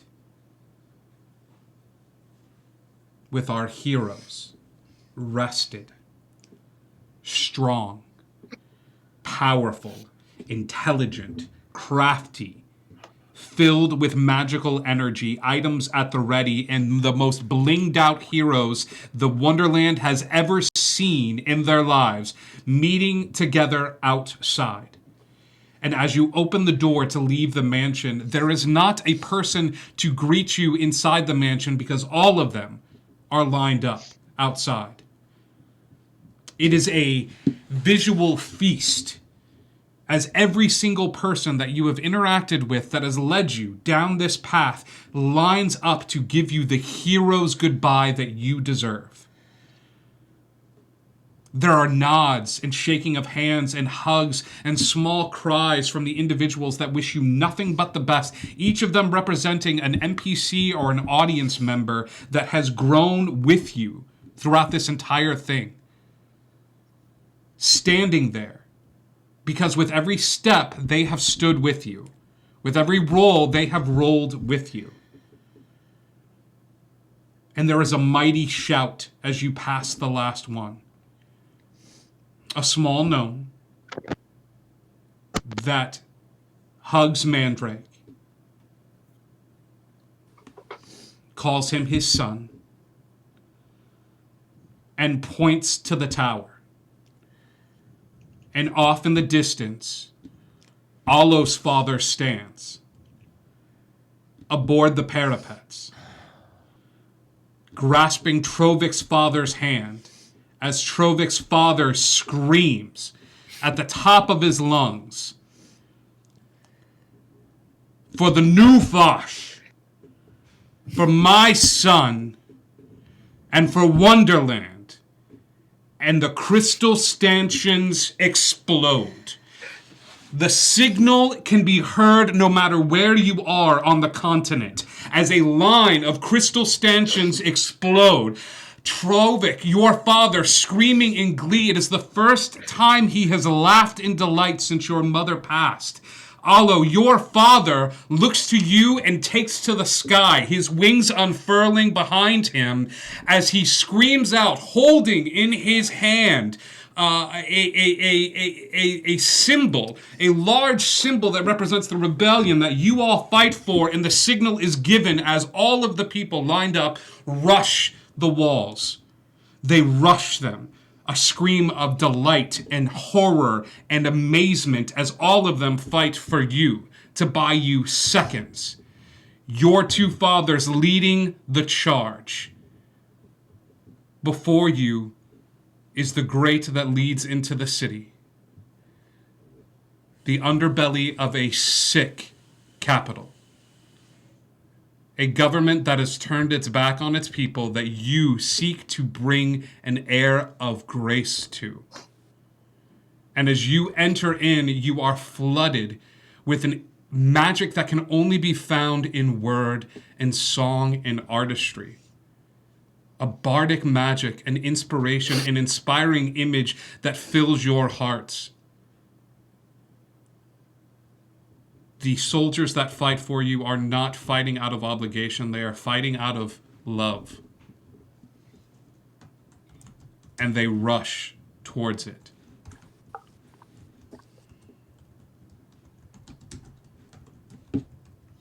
Heroes, you enter into the darkness, surrounded by light, and begin your ascent towards the city capital.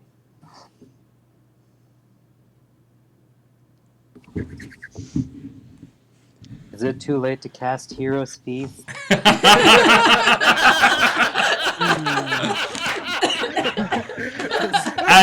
As Edgar walks in, he says that, and you guys all just take a quick break. Just a real quick, even with the battle going on, everybody's like, maybe some granolas. This is more of a hero snack.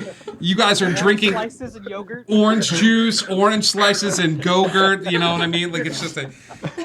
Go ahead and mark down Edgar. And actually, all of you heroes, roll your temporary hit points. You're going to have 2d10 temporary hit points, I believe, added. I can have Edgar roll for everybody, or you guys can roll individually. I think it's only fair. Edgar, roll them Edgar, both. roll them both. Yeah, it's fine. I did No, if it's bad, I can blame you. Okay, well, it's probably going to be terrible. So, blame me anyways. Here we go. 2d10s. Bam. And bam. Okay, that is going to be, well, 6. So. It's 6 more than we had. I'll take it. In fairness, we get a bunch of other stuff from Heroes Feast too. It's all groovy. Yeah. So, for Heroes Feast, Edgar, break it down for them. What are the advantages so that they can make a note of this for the next 2 sessions as they make their way through? Okay, so what you guys will get is that you will be, you're cured of all diseases and poisons, become immune to poisons, and becoming frightened. All wisdom saves will be made an advantage, and that looks to be it with the addition of the +6 y'all get for the next 24 hours. You got them temporary hit points. Indigo Gmaul, we love you so much. Thank you for the 1,000 bits. That's so sweet. Okay. You guys have your Heroes Feast and Heroes Brunch. Your Heroes Brunch, making your way through the darkened sewers beneath the town. Above you, occasionally you will hear the fighting that is going on. The sounds of a fierce battle is raging above you until after a while it is not.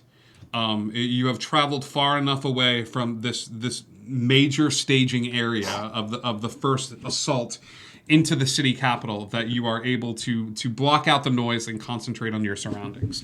For this in particular, I need a marching order. Okay? I would put your most perceptive individual or your strongest or whatever you would like up front. It's up to you. I have a +12 to perception. So I'm just staggering. I have advantage on all perception rolls, and I have a +10, and I just got kind of strong. Okay, so what I'm gonna suggest is Mandrake, then Olo, Nix, Edgar, and Thoey towards the middle, and then Trovic and Humphrey will take up the rear guard. I mean, I'm just gonna throw out there. I can't see in the dark. So maybe me and Mandrake should be up Yeah, front. I also have dark vision and blind sense. Okay. That's nonsense. Mandrake and Edgar. Hi, still a piece of garbage. I'm just gonna lay in this. They made a sewer song for about long, me? I guess. Bye. I can see in the dark too. You can see in the dark. So we'll go Mandrake, Edgar, Thoey. Olo in the middle, sandwiched behind his big brother. Or I also can't see, so I'm in the middle. we'll do Olo, Nix, I actually Trovic. just climbed up on Trovic. I'm just like, well. Oh wait, no, that's canon. That's canon. That's canon. That's canon. That's canon. That's canon. All right. Are we gonna piggyback ride into Destiny? Heck yeah, we are. Let's go. All right, so Nix followed by there. What modification was done? What infusion was granted for Olo's sword? Enhanced weapon. Enhanced At this point, weapon. it's a +2 scimitar. Goof a doof. Okay. Only a 16 to hit. It's fine. It's only It's only a +16 to hit. concerned. Suddenly a Tarask shows up in the sewer. Don't worry, guys. Oh no! There goes Tokyo.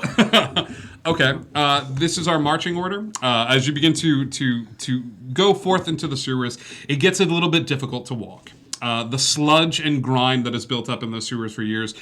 You do occasionally see the little chittering sounds and hear the little chittering sounds as whatever creatures and beasties are living here within the sewers are scattering and trying to find places to hide as the noise you bring attracts them forth.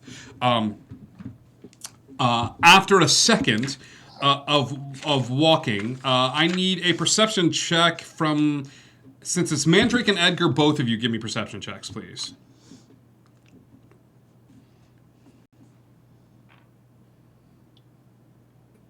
Oh. Hello. Hey, buddy. Hello. Oh, Sorry. I got a 21. A 21 perception. And you said you want me to do what again? Perception check, buddy. Gotcha. That is going to be a 19. Okay. Everything's great. You're walking along the sewer. You do get to a rather large passage, which splits off in a couple, in two different directions. One leading off to the left, and one leading off to the right. While you are contemplating which way is the best suiting for you, a group of individuals will drop down from the ceiling. Okay, where they are currently held up. They will surround you at this point. And you see an individual sort of take the lead. They're all carrying short swords. None of them look particularly imposing, but they all pull their short swords. I want to say there's 4 of them and a man that's obviously the leader. Okay? Mandrake, Nix, and Thoey, give me an intelligence check. I still can't see them. You can't see them. So do you want me to still roll? Yes, because you'll recognize the voice. Because you'll still roll higher than me. What did you say it was? Intelligence check. Okay. We'll make this history. History. Oh, if it's history, then 19. Okay. 19. Wait. History? History, Mandrake. Not straight intelligence. Yeah. Okay. Well, I think I now get advantage on history. Yeah? No. No. Okay. Well, I got an 18 plus 2, 20. Not nat. Hey, do you remember episode 4, season 1, where a group of thieves tried to rob you guys and you kicked their butt, and then later they showed up like 45 episodes later and you kicked their butt again and you told them to stop thieving? Do you remember Thomas? I vaguely remember someone named Thomas. Let me check my notes. Hold on. Moswald, thank you for gifting 5 more subs. That's 5 more individuals that can come and join us in the Indigo Lounge. You're the best, buddy. My notes just say the name Thomas, not anything else. Yeah. This, I apologize. The best jokes come in 3s. Thomas seems to fight you guys. He is a very low-level thug, but I could not end this campaign without Thomas trying to fight you guys one more time. And as Thomas jumps down with his short sword drawn and says, "All right, give me all your..." Oh, shit.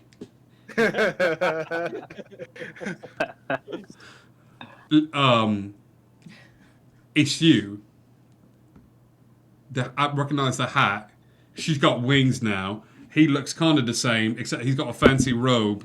Listen. This is my bad. This is on me. This is, you have things to do. We've just been robbing people that try to sneak into the city. We do. And what did we tell you if we saw you again? You said you probably hurt me real bad. So in lieu of that, you give us your bag. Okay. You go outside of the walls Yep. and help the armies out there. Yep. That's what I'm gonna do. I'm turning my life around. I know I said that the previous 2 times, but this 3rd time, I really feel that. In gents, he's right. We need to. You want us to go fight in an army? Which one is our side? Look for the big metal dragon. I'm sorry. What? Did I stutter? Are we fighting a dragon, or we? You're on its side. We on the dragon. Yeah, we on the dragon side. All right. Yeah. Okay, that's better. And which of your men knows these catacombs the best?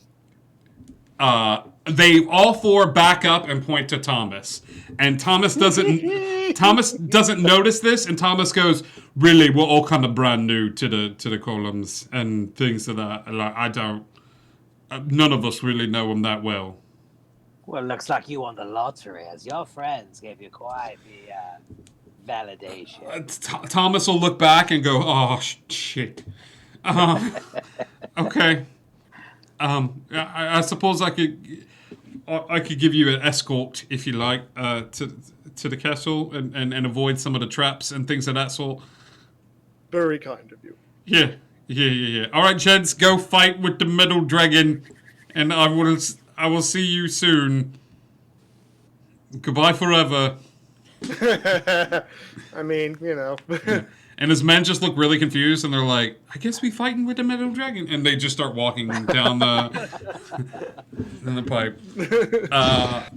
Thomas, because you have not killed him, easily manages to escort you through the pipes and tries to provide little fun facts for you as he walks you through a deluge of the city sewers. And he's like, "Over there, I saw a dead body once. And then there were some rags over there. I thought it was a dead body. It turned out it was just a bunch of rags. There, I found a dead body that was covered in rags. And then I saw a big rat there one time." And he just walks you through the pipes, keeping his hands raised the entire time. Leading you in through the catacombs and the various pitfalls that would await you as heroes, until he comes to a area that goes, "All right, up this ladder here," and he points to it, was going to lead you into the dungeon proper. You'll be within the castle itself, so you're going to bypass a lot, but I've never been up there, so you're going to have to, like, force your way up, probably. Shouldn't be an issue. Thank you. Thomas, was it? Yeah. Good guy, Thomas. That's what my friends call me. Good. The rest of the group, do you call him Good Guy Thomas? Lawful Good Thomas is my Christian name.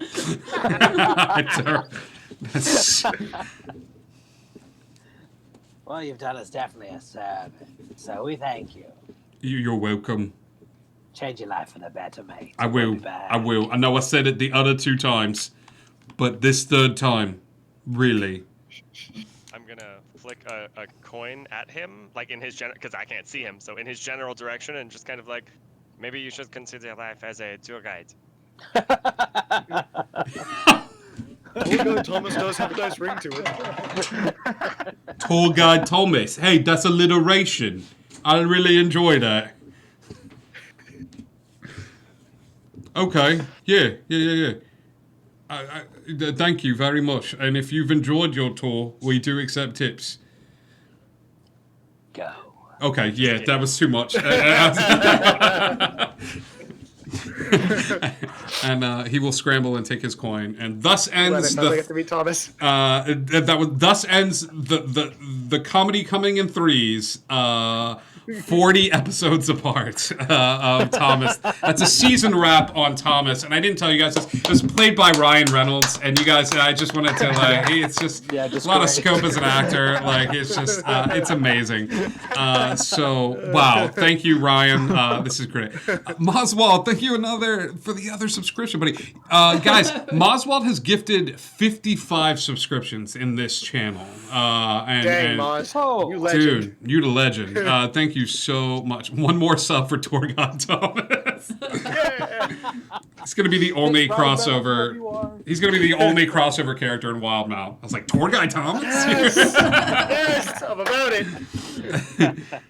Yeah, I used to live somewhere else, and I turned my life around. Anyway, here's the Cobalt Soul.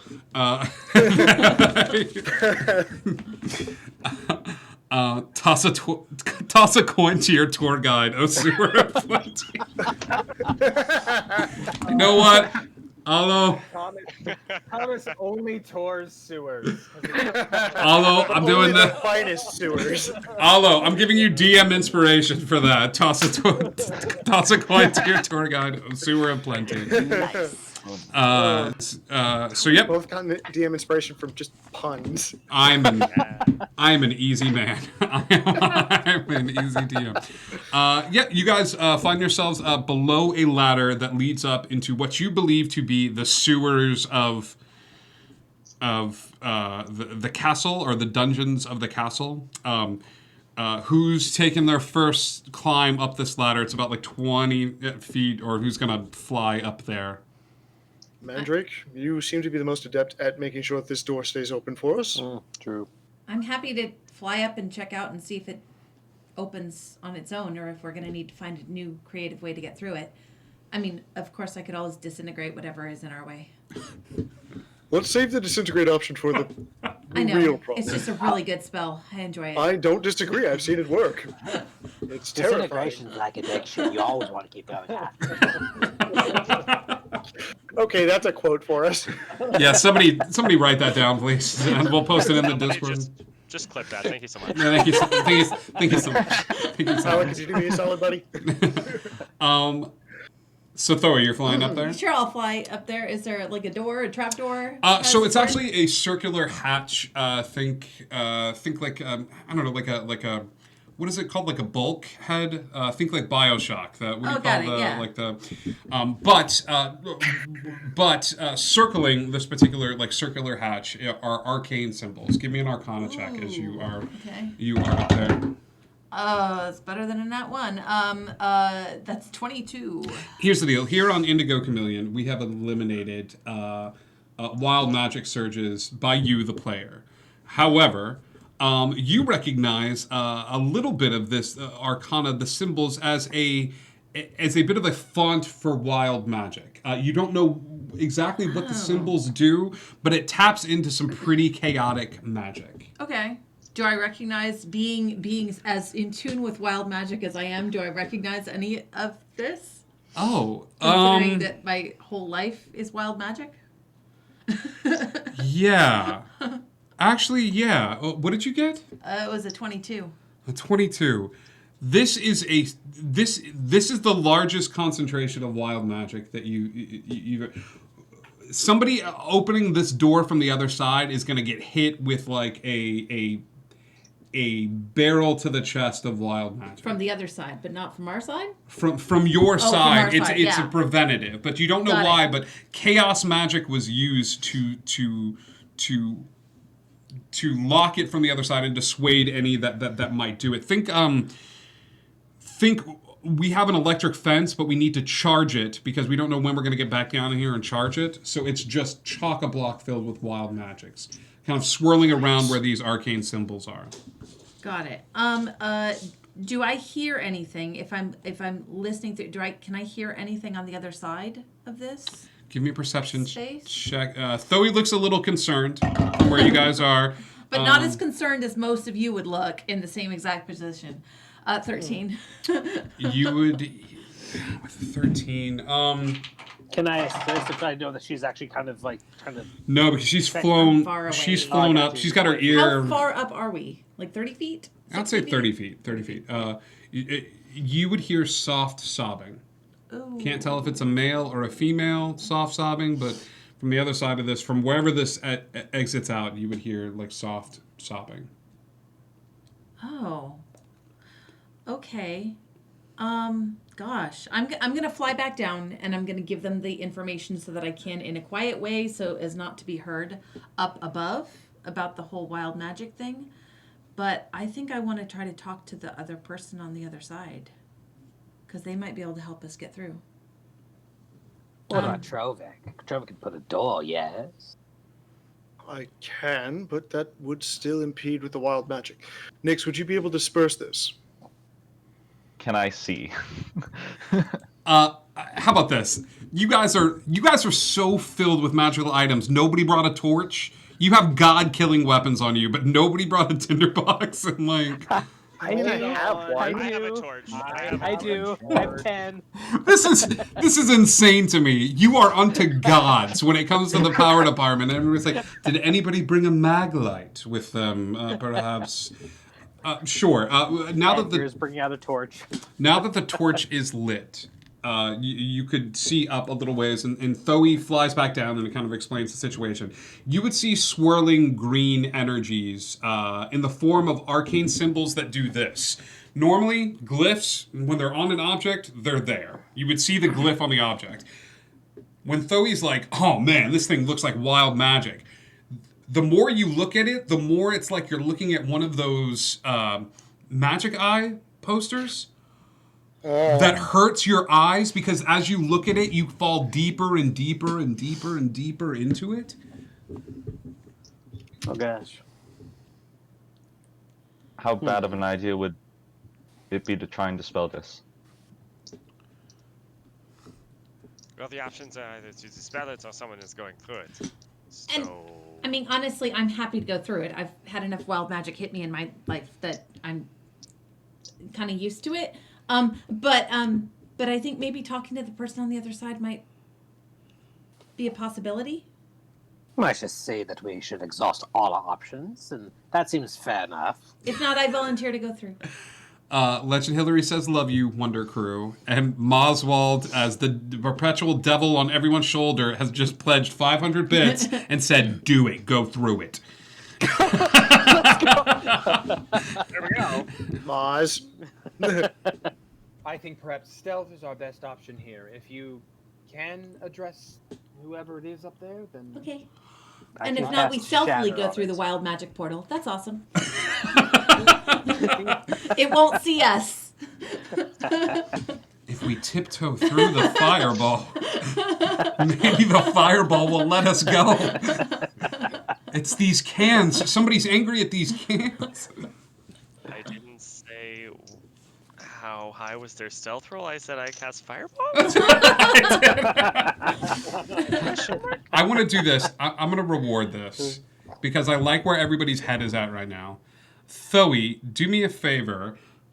Give me another Arcana check at advantage right now. As you're contemplating, and I'm going to say that you and Nyx talking this out, and you're thinking about talking about talking this out. That was a nat 20 on that one. Okay, here's what's going to happen. Okay. Yeah. If you dispel magic, everybody in this space is going to get hit. Okay. And you don't know by how many. Okay. However, with a nat 20, Yeah, it was nat 20, so it's 26. there's a chance, because this is you, that you could take it. I've got. It's weird, but I could kind of apply Tides of Chaos to this. You could take in a weird way. It's a weird twist on it, but like, because it's advantage on a saving throw, it would still hit me with wild magic. But you're going to absorb a lot of this. Trovik, I'm going to say this in a way that Mace understands. When Thor hit Iron Man. Oh, okay. Oh, okay. That's terrifying and awesome, and I love this You're idea. either going to explode or you're going to be so juiced up on wild magic that you're just going to be like... Which means the wild magic's going to hit harder for everything I do since. Like probably. But that's okay. I can totally live with that. Yeah, but you could also get a bonus to spell damage, which could be sick. Yeah, let's do it. We got it. Okay. All right. Thoe flies up the 30 feet. Bring it on. Thoe flies up the 30 feet. Only if you know enough knock-knock jokes. Thank you. The chat is getting it. I love my nerdy Indigo Chameleonites. You climb up to where this panel is. Hey, who's below Thoe? I would ready to like launch up and catch her. So it's ready to heal too. I'm backing up. Better. Putting Nyx behind me, shield. Nyx is like, you so got this. I'm just gonna go. Okay. Meld into stone. Allo, are you climbing up a little bit so that you could do like an air cut? Or are you just staying underneath like? I'm staying underneath, and if she starts to fall, I'm just gonna launch directly at her and catch her. You got wings. You got it. I got wings. What up? Thoe. Yes. You go up to the thing, and you start seeing the swirling. Yes. And everybody else sees that magic eye poster. Yeah. Right? But you take a little bit of time to stare at it, and you see the sailing ship. Like, you see the magic eye poster. And you see the correct way to open this, but it's going to take all of this wild magic. Yes. Okay? So, Thoe. So here, I need... using Tides of Chaos. You're using Tides of Chaos. I need you to give me a charisma saving throw. Okay. Okay? As Thoe is hit square in the chest by the full force of this, because she would only be hit with a few charges, but Tides of Chaos forces wild magic. So basically, she opens the floodgates and then turns on the magnet. So you see the full force of this charge of wild magic surge out, hit Thoe in the chest. Allo, give me an athletics check. Oh my god. Oh, look at this. It's the same exact die. First freaking roll. The same exact die. Al is not allowed to give you dice anymore. This is the same one that rolled a nat 1 2 rolls ago. It's either nat 1s or nat 20s tonight, apparently. Oh, that could have gone way worse. Oh my gosh. You didn't even have to roll at advantage. Allo, give me an athletics check as Thoe gets hit and then passes out. 31. 31. Okay. Athletics for Olo the Jack. With my plus 14. So, like, we're good. We're all going with our strengths. Charisma, strength. Who's got the highest dex? My strength is just literally strength. That'd be Mandrake. Mandrake, give me a dex save. I'm really good at those two. Is Trovik gonna do an int save? Is it acrobatics? Is that where we're going? Or No, just dex save. Okay. Quick, 18, come on. 18. I rolled a 9. That's so- perfect. 18 will be enough. Just enough. As Thoe passes out, hits square in the chest, absorbing all of the wild magic that comes out of this. Allo takes off, and Mandrake goes, wait! Cuts through the crowd and manages to slap Allo right where that button is, activating the Metal Angel soundtrack. as he descends through the air, the echoing sounds of the Metal Angel Savior echoing. I'm also picturing that Allo is this big and Thoe is this big. Yes, and... but it is like if somebody were squinting at that scene in The Bodyguard, like. It's Lois Lane falling and Superman catching. Can you read my mind? Superman, you're like 3 foot tall. Thoe is brought back down to the ground. Allo, when you bring Thoe back to the ground, she goes through several different body transmorphications. Thoey at one point changes into that of a Furbolg. Green haired. Then we'll change over into a Fire Genasi. And then back to this form. And then through all three of these different forms, forming this weird sort of like kaleidoscope. And then Thoey, you take a deep breath in and open your eyes. You are back in your Lady of Winter form. Am I still blue? I was blue last time. She was blue. I was blue. Dabba-dee-dabba-die. I hate you. Thanks to more wild magic. As the curse is broken. Okay. Okay, you are no longer blue dabba dee dabba die. You are your original form. However, you have been cursed / gifted as an avatar of wild magic. I am terrified and intrigued. For the next 24 hours, Okay. Any spell cast, Oh no, I've disconnected. any spell cast will trigger a bout of wild magic. Yay! Wait. Any spell cast? Cantrip as well?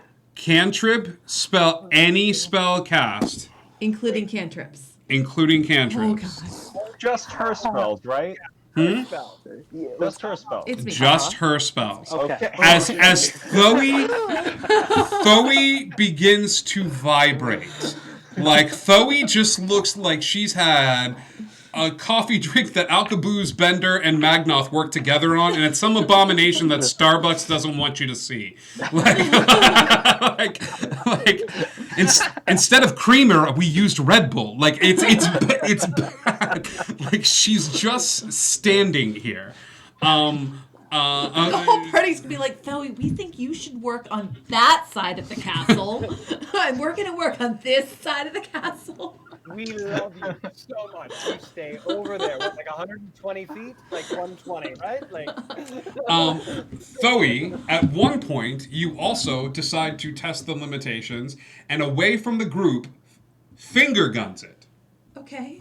And point over to a pile of rags. Yeah. And pull the trigger. Boop, boop. Go ahead and roll a D100 for me. Yeah. That is an 81. Okay. I am going to post this wild magic table in the Discord. All the more gosh. reason. As you feel time slow down, and you can take an additional action should you so choose. And you you just time stop for a really quick second and stuff like that, and are able to stop time. So yes, this is what you have. How long does that extra action work for? It already left. But if this were got it. combat, Okay. you Okay. would. But that gives me an idea of what to expect. So It's all good. everybody Everything takes on the table is good. everybody takes a step back from Thoey. Just a little bit. Mm-hmm. Yeah. Okay. You're welcome. As Thoey. You're not welcome. Thank you for catching me. As Thoey is vibrating with magical energy. But This can only go well.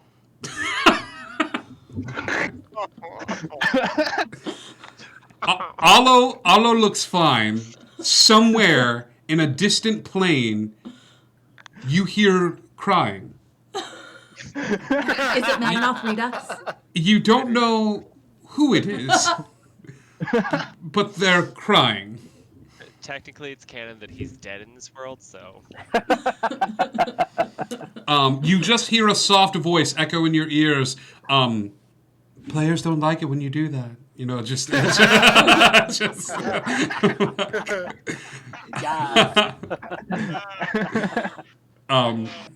love this group. Same. However, the area is clear. All right. So if I go up back to the top then there's no more symbols on the door thing, and it looks like we could just open the door. I'm not going to do it yet, but we could just open the door. Correct. You could just open the door should you so choose. Okay, so there was someone crying on the other side. However, it's a little heavy. Okay, like Yeah. even as you if you were to hold on to it, you would know you've spent enough time with door to realize that this door is rather heavy. I think maybe like only 2 of us should go through first and see who's on the other side crying, and then maybe everybody else can go through, because depending on who that person is, we kind of don't want to overwhelm them by thinking there's an invasion going on, and maybe they could even help us.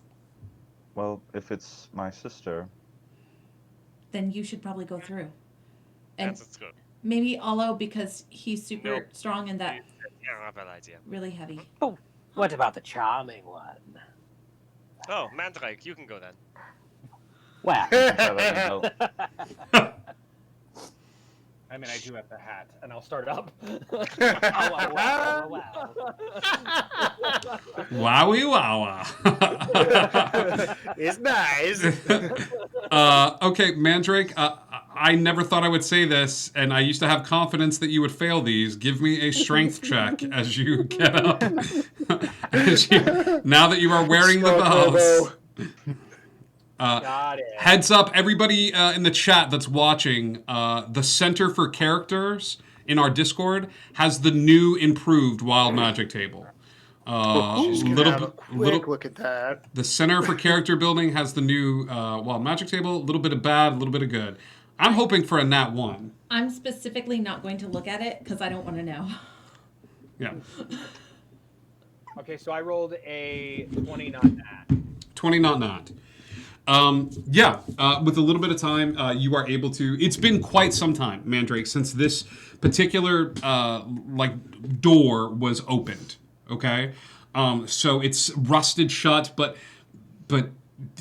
just like Popeye, you discover muscles you didn't know previously existed until yesterday, and you are able to manhandle the circular space open. Okay, it opens. Are you going inside? Yeah. I mean, I would stick my head through. Okay. Sticking your head through, you are in a dark and dingy dungeon.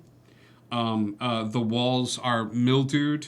In the current cell that you are in, there is an individual pushed up against a wall. You can see skeletal remains. Give me a medicine check.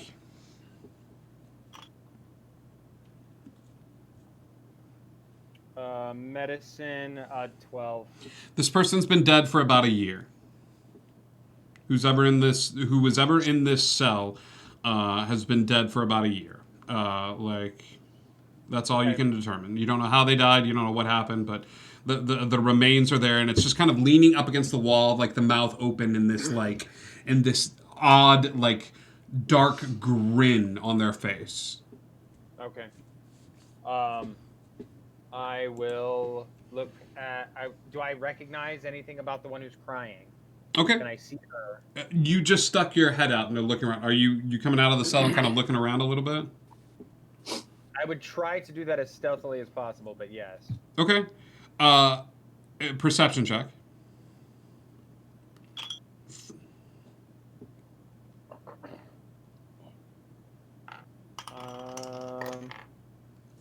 Perception is 20, not nat. Okay. There is no other living being in this space. Across the way, you see a mirror, a long mirror, and behind it, in the mirror, there is a girl that is crying. But there is no body for her. She's in the mirror and she's just sort of like, do do do. And occasionally she'll walk by and cry, and you can hear her cries through the other side of the looking glass. Is there anything else in the space? There is what looks to be a more recently dead individual who is a rather large man who's 2 cells down, who looks like he died it looks like he died, but occasionally, like, his body twitches. Like, he's dead. I mean, he's got bugs, Right. you know, like, and stuff. But occasionally his arms, like, will come up and they'll sit up like this and then fall back down and then come back up Okay. and come back down. I'm gonna leave the door open, and I'm gonna point through the hole at Nyx and do ascending. Okay. Or do message, Alright. whatever. All right.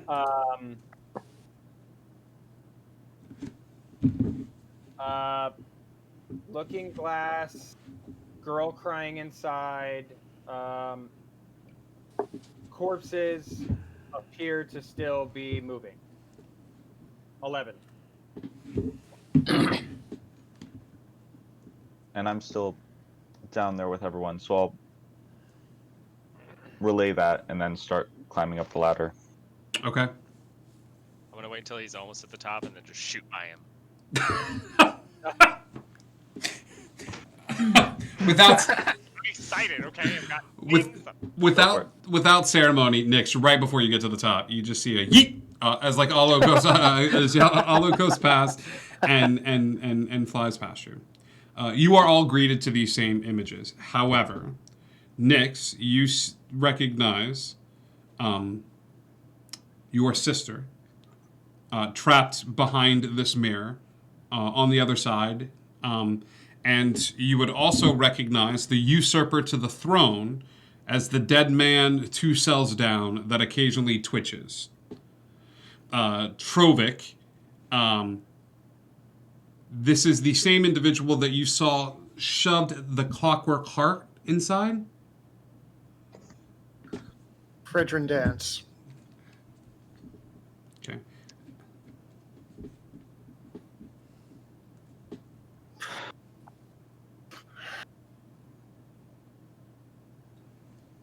I'll go to the mirror. I'm gonna go check out Fredrin's corpse. Okay.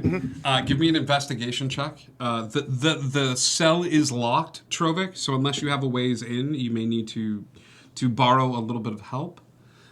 I'll get thieves' tools. Alo makes a punching motion behind you, and it's just like, you want a little like. This one, like, I got thieves' tools. Do you guys mind if we go a little bit later tonight than we normally do? Does anybody have a pressing man, thing? rock On? Okay. Yeah. Okay. I'm off tomorrow, so. All right. I'm always a little off. As you give me a thieves' tools check, Trovik, to unlock this gate, Nyx, the one leading to the mirror is there. Mandrake, what was that, buddy? You had something to say? Oh, I was just gonna assist if he needed it. Do that at advantage, Trovik. It's a high DC. Gotcha. Okay. Nyx, you walk over to the other side. See that mirror? Yeah. And there's no bars in front of it, like it's. There is. So think jail cell, but this door is open. Okay. I'll go inside then. Okay. Your sister stops her pacing. You watch as in up against the mirror, her hands are raised, right? Like she's got her hands up like this, and she's in pain. She then brings her hands back and steps aside, and you see behind her into this background in the mirror, and you see the moment where she betrayed you. The moment that she sided with someone other than the family, and how she betrayed, and you see her living this moment over and over and over again in perpetuity. I would like to walk over and just lean up against the cell door, watching. Trovik, what was your thieves' tools? 22. Yeah, DC was 21. You had that +1. You managed to open it up, and you have access to his body, Feldrin's body, and so give me an investigation check, depending on what you're looking for, and. I mean, the only real thing I'm looking for is to see if the cavity where the heart was, if the heart is still there. So as you open it up, as you open up his shirt, you would see that there's stitching. Now. Okay. And he's caught between this world of like, the heart's not beating as much, so occasionally he wakes up and he kind of looks around and then goes back down. Okay. Nyx, let's cut back to you, buddy. If you guys don't mind waiting a few minutes, I'm going to cast Identify on the mirror. Okay. The magical properties with this mirror are necrotic, okay, in nature, and illusory. Does that make sense? Okay. How the mirror works is this. The mirror is a prison, not for a body, but for a soul. A la the Ring of Mind Shielding. The last person to be looking in this mirror and die, they are brought to the other side, okay, of the looking glass, and live out their whole... basically, they live out the moments of their life, okay? The strong moments, and there is no stronger moment in your sister's mind than the what if of maybe I shouldn't have betrayed the family. So she's been forced to live this over and over. If someone else dies, they take the place, and that person's released, or? Correct. Okay. I'll find a way to get you out. Oh. We could leave her there. Just like still leaning up against the door. How would we get her out? What's the mechanism for releasing her? I could just throw some magic at it. What specifically will cause her to be released? I mean, if we dispel the magic or if someone else takes her place. Someone has to die to take her place? Unless we dispel it. I go in and I grab the mechanic, like I'll pull Fridrin's body over to the mirror. Okay. You drag him by the shoulder over towards where the mirror is. Yep. Okay. And if I pull out this heart, this man's gonna die again. I would like to remind you this is the woman who betrayed you not once but twice.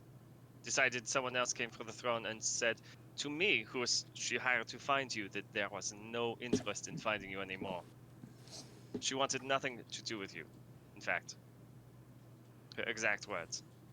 She's my sister. I don't care if she deserves I'm it. just making sure you know. I'd like to also chime in and say you're about to screw with her dead body. I know it's usually your thing, but humor me. By all means, play with dead things. I always do. I'm gonna remove the clockwork heart. And you're just gonna be like, wow. So this is a few things happen.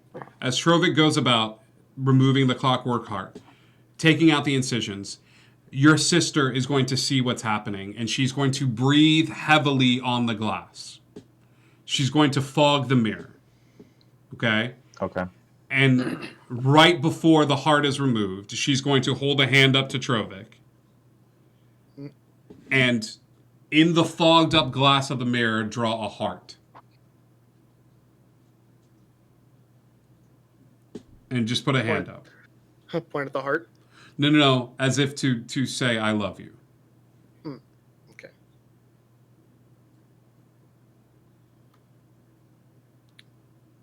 On your command, my king.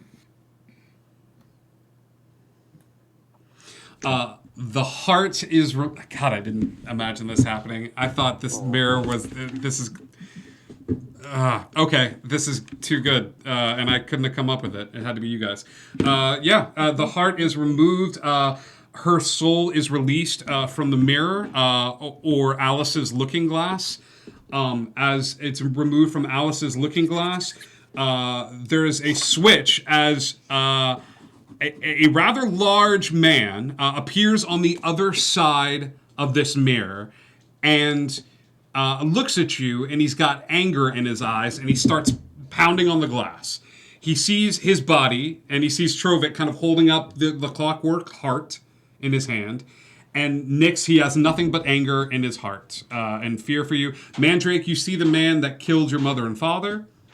Thoe, you see the man that burned your house down. Now, all of you see this intense hatred from this man, and no words escape the mirror as he just stares at Nyx, but turns around in fear as the captain of the guard walks forward and shoves a clockwork heart into him, and then he looks down and it's gone, and the guard walks down the hallway again. And it just, that scene repeats over and over and over and over. I'll just hold on to this and put that in the bag. Okay. You doing anything else in the dungeon? Is his sister's Bonnie in here? It is not that you can see. Okay. Well, one piece down. Shall we continue? Yes. Yeah. The stairs leading outside of the dungeon lead up to a door which opens into the first floor of the castle proper. The last image you see before the door closes behind you all is that of an angry man forever trapped to relive the pain and horror and relive a fraction of the pain and horror that he caused for eternity behind the looking glass as the door closes. The first floor of the castle, the first thing that you are struck by is the opulence that you find. Some of you have spent a bit of time in the Red Keep, are used to the finery, and those of you that have been brought up in a more affluent nature, this castle is no different from that. The symbology is a tad different. Wherein the heart iconography was very prevalent, here you notice that most of the decor is in blacks and whites, a la a chessboard. And many of the different areas that you see around this area, the art and the decorations and the general decor fits that, with the stone floor taking on that of a white and black nature. You see suits of armor lining this particular wall as a row of portraits lead down this hallway to what looks to be a rotunda of sorts, leading away from this place. Suddenly, the realization that however this family chose to utilize this symbol of power, the chess match, and Nyx becoming the White Knight, suddenly something clicks. For a brief second.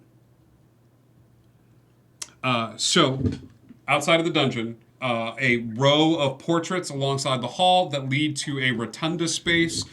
You see two guards with their backs turned to you, facing the other direction, facing away from you, down the hallway. I want to say, give it 45 feet of distance. The two of them have not noticed all of you climb out of this little, set of stairs leading to the hallway, but the two of them are facing away and engaged in conversation with one another.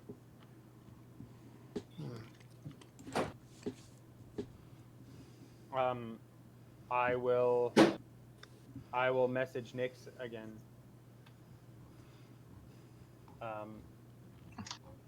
Do you recognize them? You see them from the back? I don't... I'm going to shake my head no. Okay. I'll message again. Which way? And I'll be thinking of which way the throne room is. You are on the first floor. The throne room is in the east wing on the 3rd floor of the castle. Okay. You are on the completely opposite side, as if your DM is an evil, mechanistic like he's put you like you're going to have to traverse this castle in order to get to the throne room. Are any of the secret passages along the way that could help us? You know that the rotunda in front of you is a marble gallery of sorts that features some of the patriarchs and matriarchs of times past, and that behind the first patriarch of your family, there is a small tunnel which leads to a safe room of sorts. Now, here's the deal. If no one has gotten into this safe room, you're good. Here's the deal with safe rooms. There is one way in and one way out, and it's the same way. You would essentially be leading a group of individuals, if this room has been discovered, into a death tunnel. Like if this room is trapped and you think that they might have found it, then who's ever led into this place, you are trapped here in this space, unless you have magical means of transporting yourself out. But the safe room was a storehouse for weapons and potions and basically a barricading spot behind this statue. I'll message back, safe room that way. It's our best bet. Do we have to pass by them to get to it? You absolutely do. This is a long hallway with portraits along the left-hand side. Okay. Before it, leading into the rotunda, all you see are these 2 guards. There are 2 other entrances into the rotunda, into the marble gallery. You are unable to see if there are any guards at those entrances. I have a way to make people invisible, if that helps. I think. Okay. So with my Kanar, whatever the magical item is that I have, the Kuna, whatever it's called. Okay. It says that anything I'm touching, I can make invisible for a spell at. We are not going to Hands Across America. You making everybody invisible. It is very clever. Buddy. It's a good try. But like, what if I'm just like on their shoulders, 2 in the front, 2 in the back, and then Troba could be carrying someone. That could be all invisible. We could traverse this place, man. How about this? Okay, here's the thing. It's things you're touching, not people you're touching for the invisibility spell. Dang it. That would have been so cool. I mean, there's something to be said for perhaps you have some allies here, and perhaps this is their chance to be your ally or not. We could always try talking to them, and then, if not. Okay. Have the king approach, bishops flanking, and if they cause trouble, we capture the pawns. Actually, I think give me 30 seconds, okay? And I'll look 29. disappears. I'm sorry, what? I'm gonna. He stepped into the ethereal. Okay. I'm going He pulled a Thoey. He did a thing without telling us the plan. You stepped in front of the carriage? Hello. I am going to wing it into the middle of the room, see if there are any other people there, and back. 2 other entrances. 2 guards at each entrance. Big ol' spectral dog in the center of the room that I need to double check if he sees you. Ooh. Think about that. No, I didn't. But here So, as is our tradition, when someone pulls a plan without telling anyone, is he is he simple or is he a prostitute? I just need to know. Oh my Yes, I hear. god. Which is he? Ooh. Okay. Yeah. Oh, guys. So this plan goes bad. A little sub. Okay, so I'll say this. I'll say this though. I'll say this. It could have gone worse. I don't think he can go into the ethereal plane, but this dog starts barking up a storm. Or you might even call it a hound. A very faithful hound. As this dog starts and starts like just screaming up a storm. Now, the guards will then run into the center of the room where the hound is, as the hound is staring at Olo. There are 2 other sets of 2, making it 6 total, who are in the room, and the dog is just staring at Olo. Olo, you have... As soon as the dog starts barking loudly, am I within 60 feet of the dog? You could run down the hallway and be in 60 feet of the dog. Yeah, I don't want the dog to call everybody else in the palace, so I would like to take care of the noise from the dog. Though he goes running off. I would like to cast polymorph on the dog. Okay, you run into the space. You run forward. He's gonna bring everybody. And you see 6 guards surrounding surrounding an invisible dog. You hear the dog barking, but they all. But I can't see the dog, I can't cast polymorph. They all turn around. But I'm going to say... I didn't know that he was invisible. I would have just heard the You barking. would have just heard the barking. You're treating this exactly how you would have treated this. And so, Olo, how many seconds are you in the ethereal plane? 24. 24. 24. I would say all of this will have happened within the span of 12 seconds. So you have 2 more rounds here, okay? As we're gonna kick things off into overdrive. Thoe, you have a polymorph spell prepared. I do. But you don't see a dog. Would you fling it at a guard? Dog. Or would you just kind of like, I don't want to cast anything? Yeah, I don't. Do I lose the polymorph spell? I will say no. Okay. We're at endgame. You need every spell slot you can get. Yeah, I will hold off, but I am also aware that these 6 guards probably see me. Okay. I will move myself between them. Like, I know I can't do anything, but I like between her and them. So that when I do pop back, hopefully, if everything goes real bad, I will be there. But if that dog pops back into existence, like within the next 6 seconds or so, you're gonna polymorph him. I love how Moswald on the chat's like record scratch. I bet you're wondering how I got here. Yeah, very much wondering how I got here. All right. Let's see how this plays. The 6 guards turn around and they go, Holt, who are you? Hi. I was looking for the bathroom. Every time.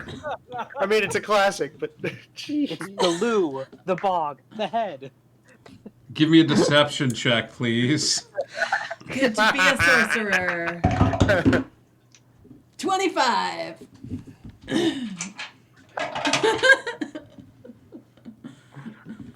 With a +10 to deception. If you're looking for the bathroom, how did you end up all the way down here? I get lost very easily, sir.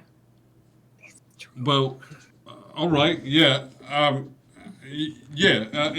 would assume there's a bathroom on this floor as No, well. it's just upstairs. And as he goes, it's just upstairs. Olo, I think, would pop back into the material plane, correct? Just like standing there like, Pop. This is different than I expected. And then they'll put their hands on their swords again and be like, well, who's this guy? I have no idea.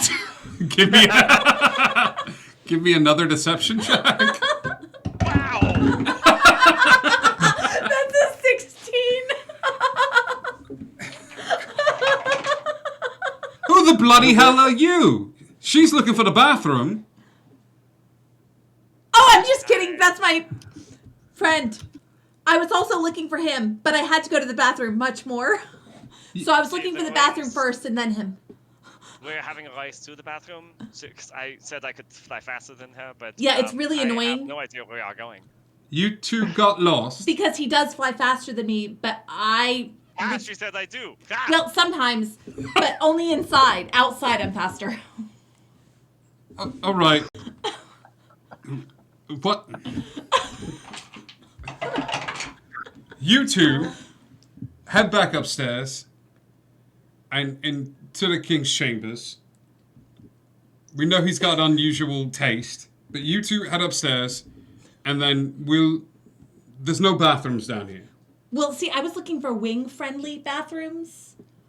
Like, wing-accessible bathrooms. Do you have wing-accessible bathrooms in this castle? I was pretty sure that all castles need to be upgraded to wing-accessible. Mandrake, Nyx, Edgar, Trovic, you hear all of this. Okay? Yeah. He's gonna turn and look at his buddy and be like, "Do you know if the bathrooms are wing accessible?" He's like, "I'm not. No, we're just supposed to guard the marble room. I don't. What about? I think they're wing. Yes, they're wing accessible. These ones here or the ones upstairs? The ones upstairs are definitely wing You're sure? accessible. Okay. Yes. Because the first one I found was not wing accessible. I mean, Another thank deception you check. so much. I'm gonna message 24. Mandrake. Okay. He's like, "Please just go back upstairs." Thank you for your help, sir. Okay. I'm gonna message Mandrake and just say, "How does this always happen?" Alo and Thoe, you are gestured towards the set of stairs outside of the throne room as the dog kind of growls at Alo. As Alo and Thoe wave back at the group of guards and the invisible dog at the center of the room, leading you to the set of stairs. To the Going upstairs then, as we are to the bathrooms where they are. Aha. Mandrake. They're walking slow. I'm gonna pull out the Trovic smoke bomb, and I'm gonna throw it as hard as I can, as far as I can. Yep. Hear me out. To the other side, as far away from where we are as possible, to draw all of the attention to the other side.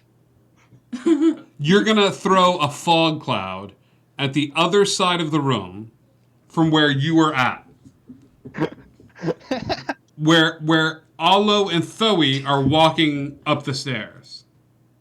I'm gonna try to distract the guards from there to the other, as far away from us and them as possible, so that we can get up the stairs. Okay, give me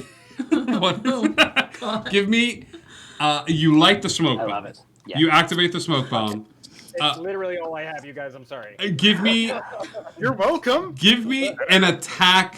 Give me an attack roll to see if you can throw this with the proper aim. Okay, is that just? This is a ranged. This is a ranged attack. Use your strength. I know I shouldn't say that to the rogue, but Look, I haven't done a lot of arranged attacks, so I don't really know how you have a hat that flies. It has been 40 plus episodes, Mandrake. You have done only at this ranged point, attacks. I believe we're at like 65. So I used the same addition to my hit, right? Yes. Okay, so it's a 19 to hit. A 19 to hit. It doesn't go quite as far as you'd like it to go. But you do manage to chuck this thing, and it gathers the attention of the dog and the 6 guardsmen. Alo and Thoe, from down the hallway where your friends are, you see a blue smoke bomb, a green smoke bomb, pardon me, that smells faintly of spearmint, land on the ground, and a fog cloud begins to develop as these guards draw their weapons and immediately go on attention. This dog growling in the space, and you just hear the guards just like, look and see them gather into attention, and you go like, "What's wrong with our bathrooms?" As they grab their weapons and they're just standing at attention. I leap into Thoe's arms, Scooby-Doo style. Okay, I'm gonna. So are they facing away from where we are? They are currently facing every which way but loose. They're looking all different directions. They are on edge as smoke is pouring into the room. Are you running down the hallway to get a better look at them? running's a strong word. Okay. You start to creep forward. He's skipping. Yeah. Come on. Your vision is obscured for the time being, as there is a fog cloud creeping into the space. So the guards don't know who is in the space or what is going on, but neither do you all. You can't see Alo. You can't see Thoe. Okay. I'm gonna try to make my way over to the stair to where I heard Olo and Thoe. I'm gonna try to sneak, but Give me a stealth check. Wouldn't they know where we are because of the bracelets? Actually, you would know exactly where they are. Good call, Thoe. Girl, Yeah. Give me everybody that's sneaking in the spearmint fog cloud past these guards and the dog. Give me a stealth check. I will say because of the bracelets, you will not have to make this at disadvantage. I mean, I still will because of armor, but 18. 18 for Edgar. 15. 22. Well, boy, I really like your rolls, guys. Oh no. Yeah, there it is. There it is. Mandrake, Nyx, Edgar, you managed to get across to the other side. However, with the clanking of armor and the fact that everything about Trovik is metal, there is less sneaking going on as you see or feel the presence of a dog step in front of you. You can see through the outlines of this green spearmint smoke this invisible form of this hound, standing in front of you, and growling menacingly. Okay. How? I have a hound too. Give me an intimidation check using Humphrey stats. All right. Humphrey, how you doing on the... You can substitute strength for intimidation if you'd like. Cool.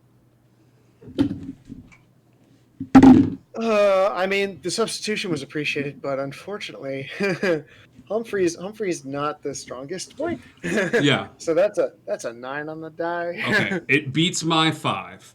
Where you hear this growl in the smoke, and then you hear another.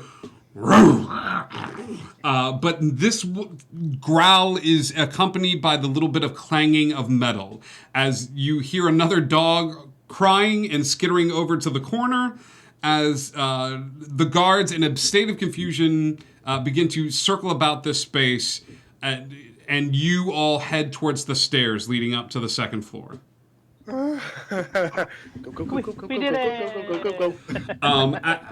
As you bypass this particular trap, making your way to the second floor of the castle, I think this is where we are going to end. We're gonna climb down. Yeah, and tonight's adventure.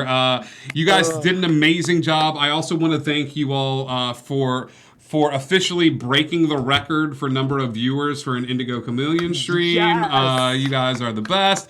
Moswald, look at you, man. Thank you so much. We're going to go, if anybody has a little bit of time, we're going to go hop over into Discord, into the Indigo Chameleon Lounge.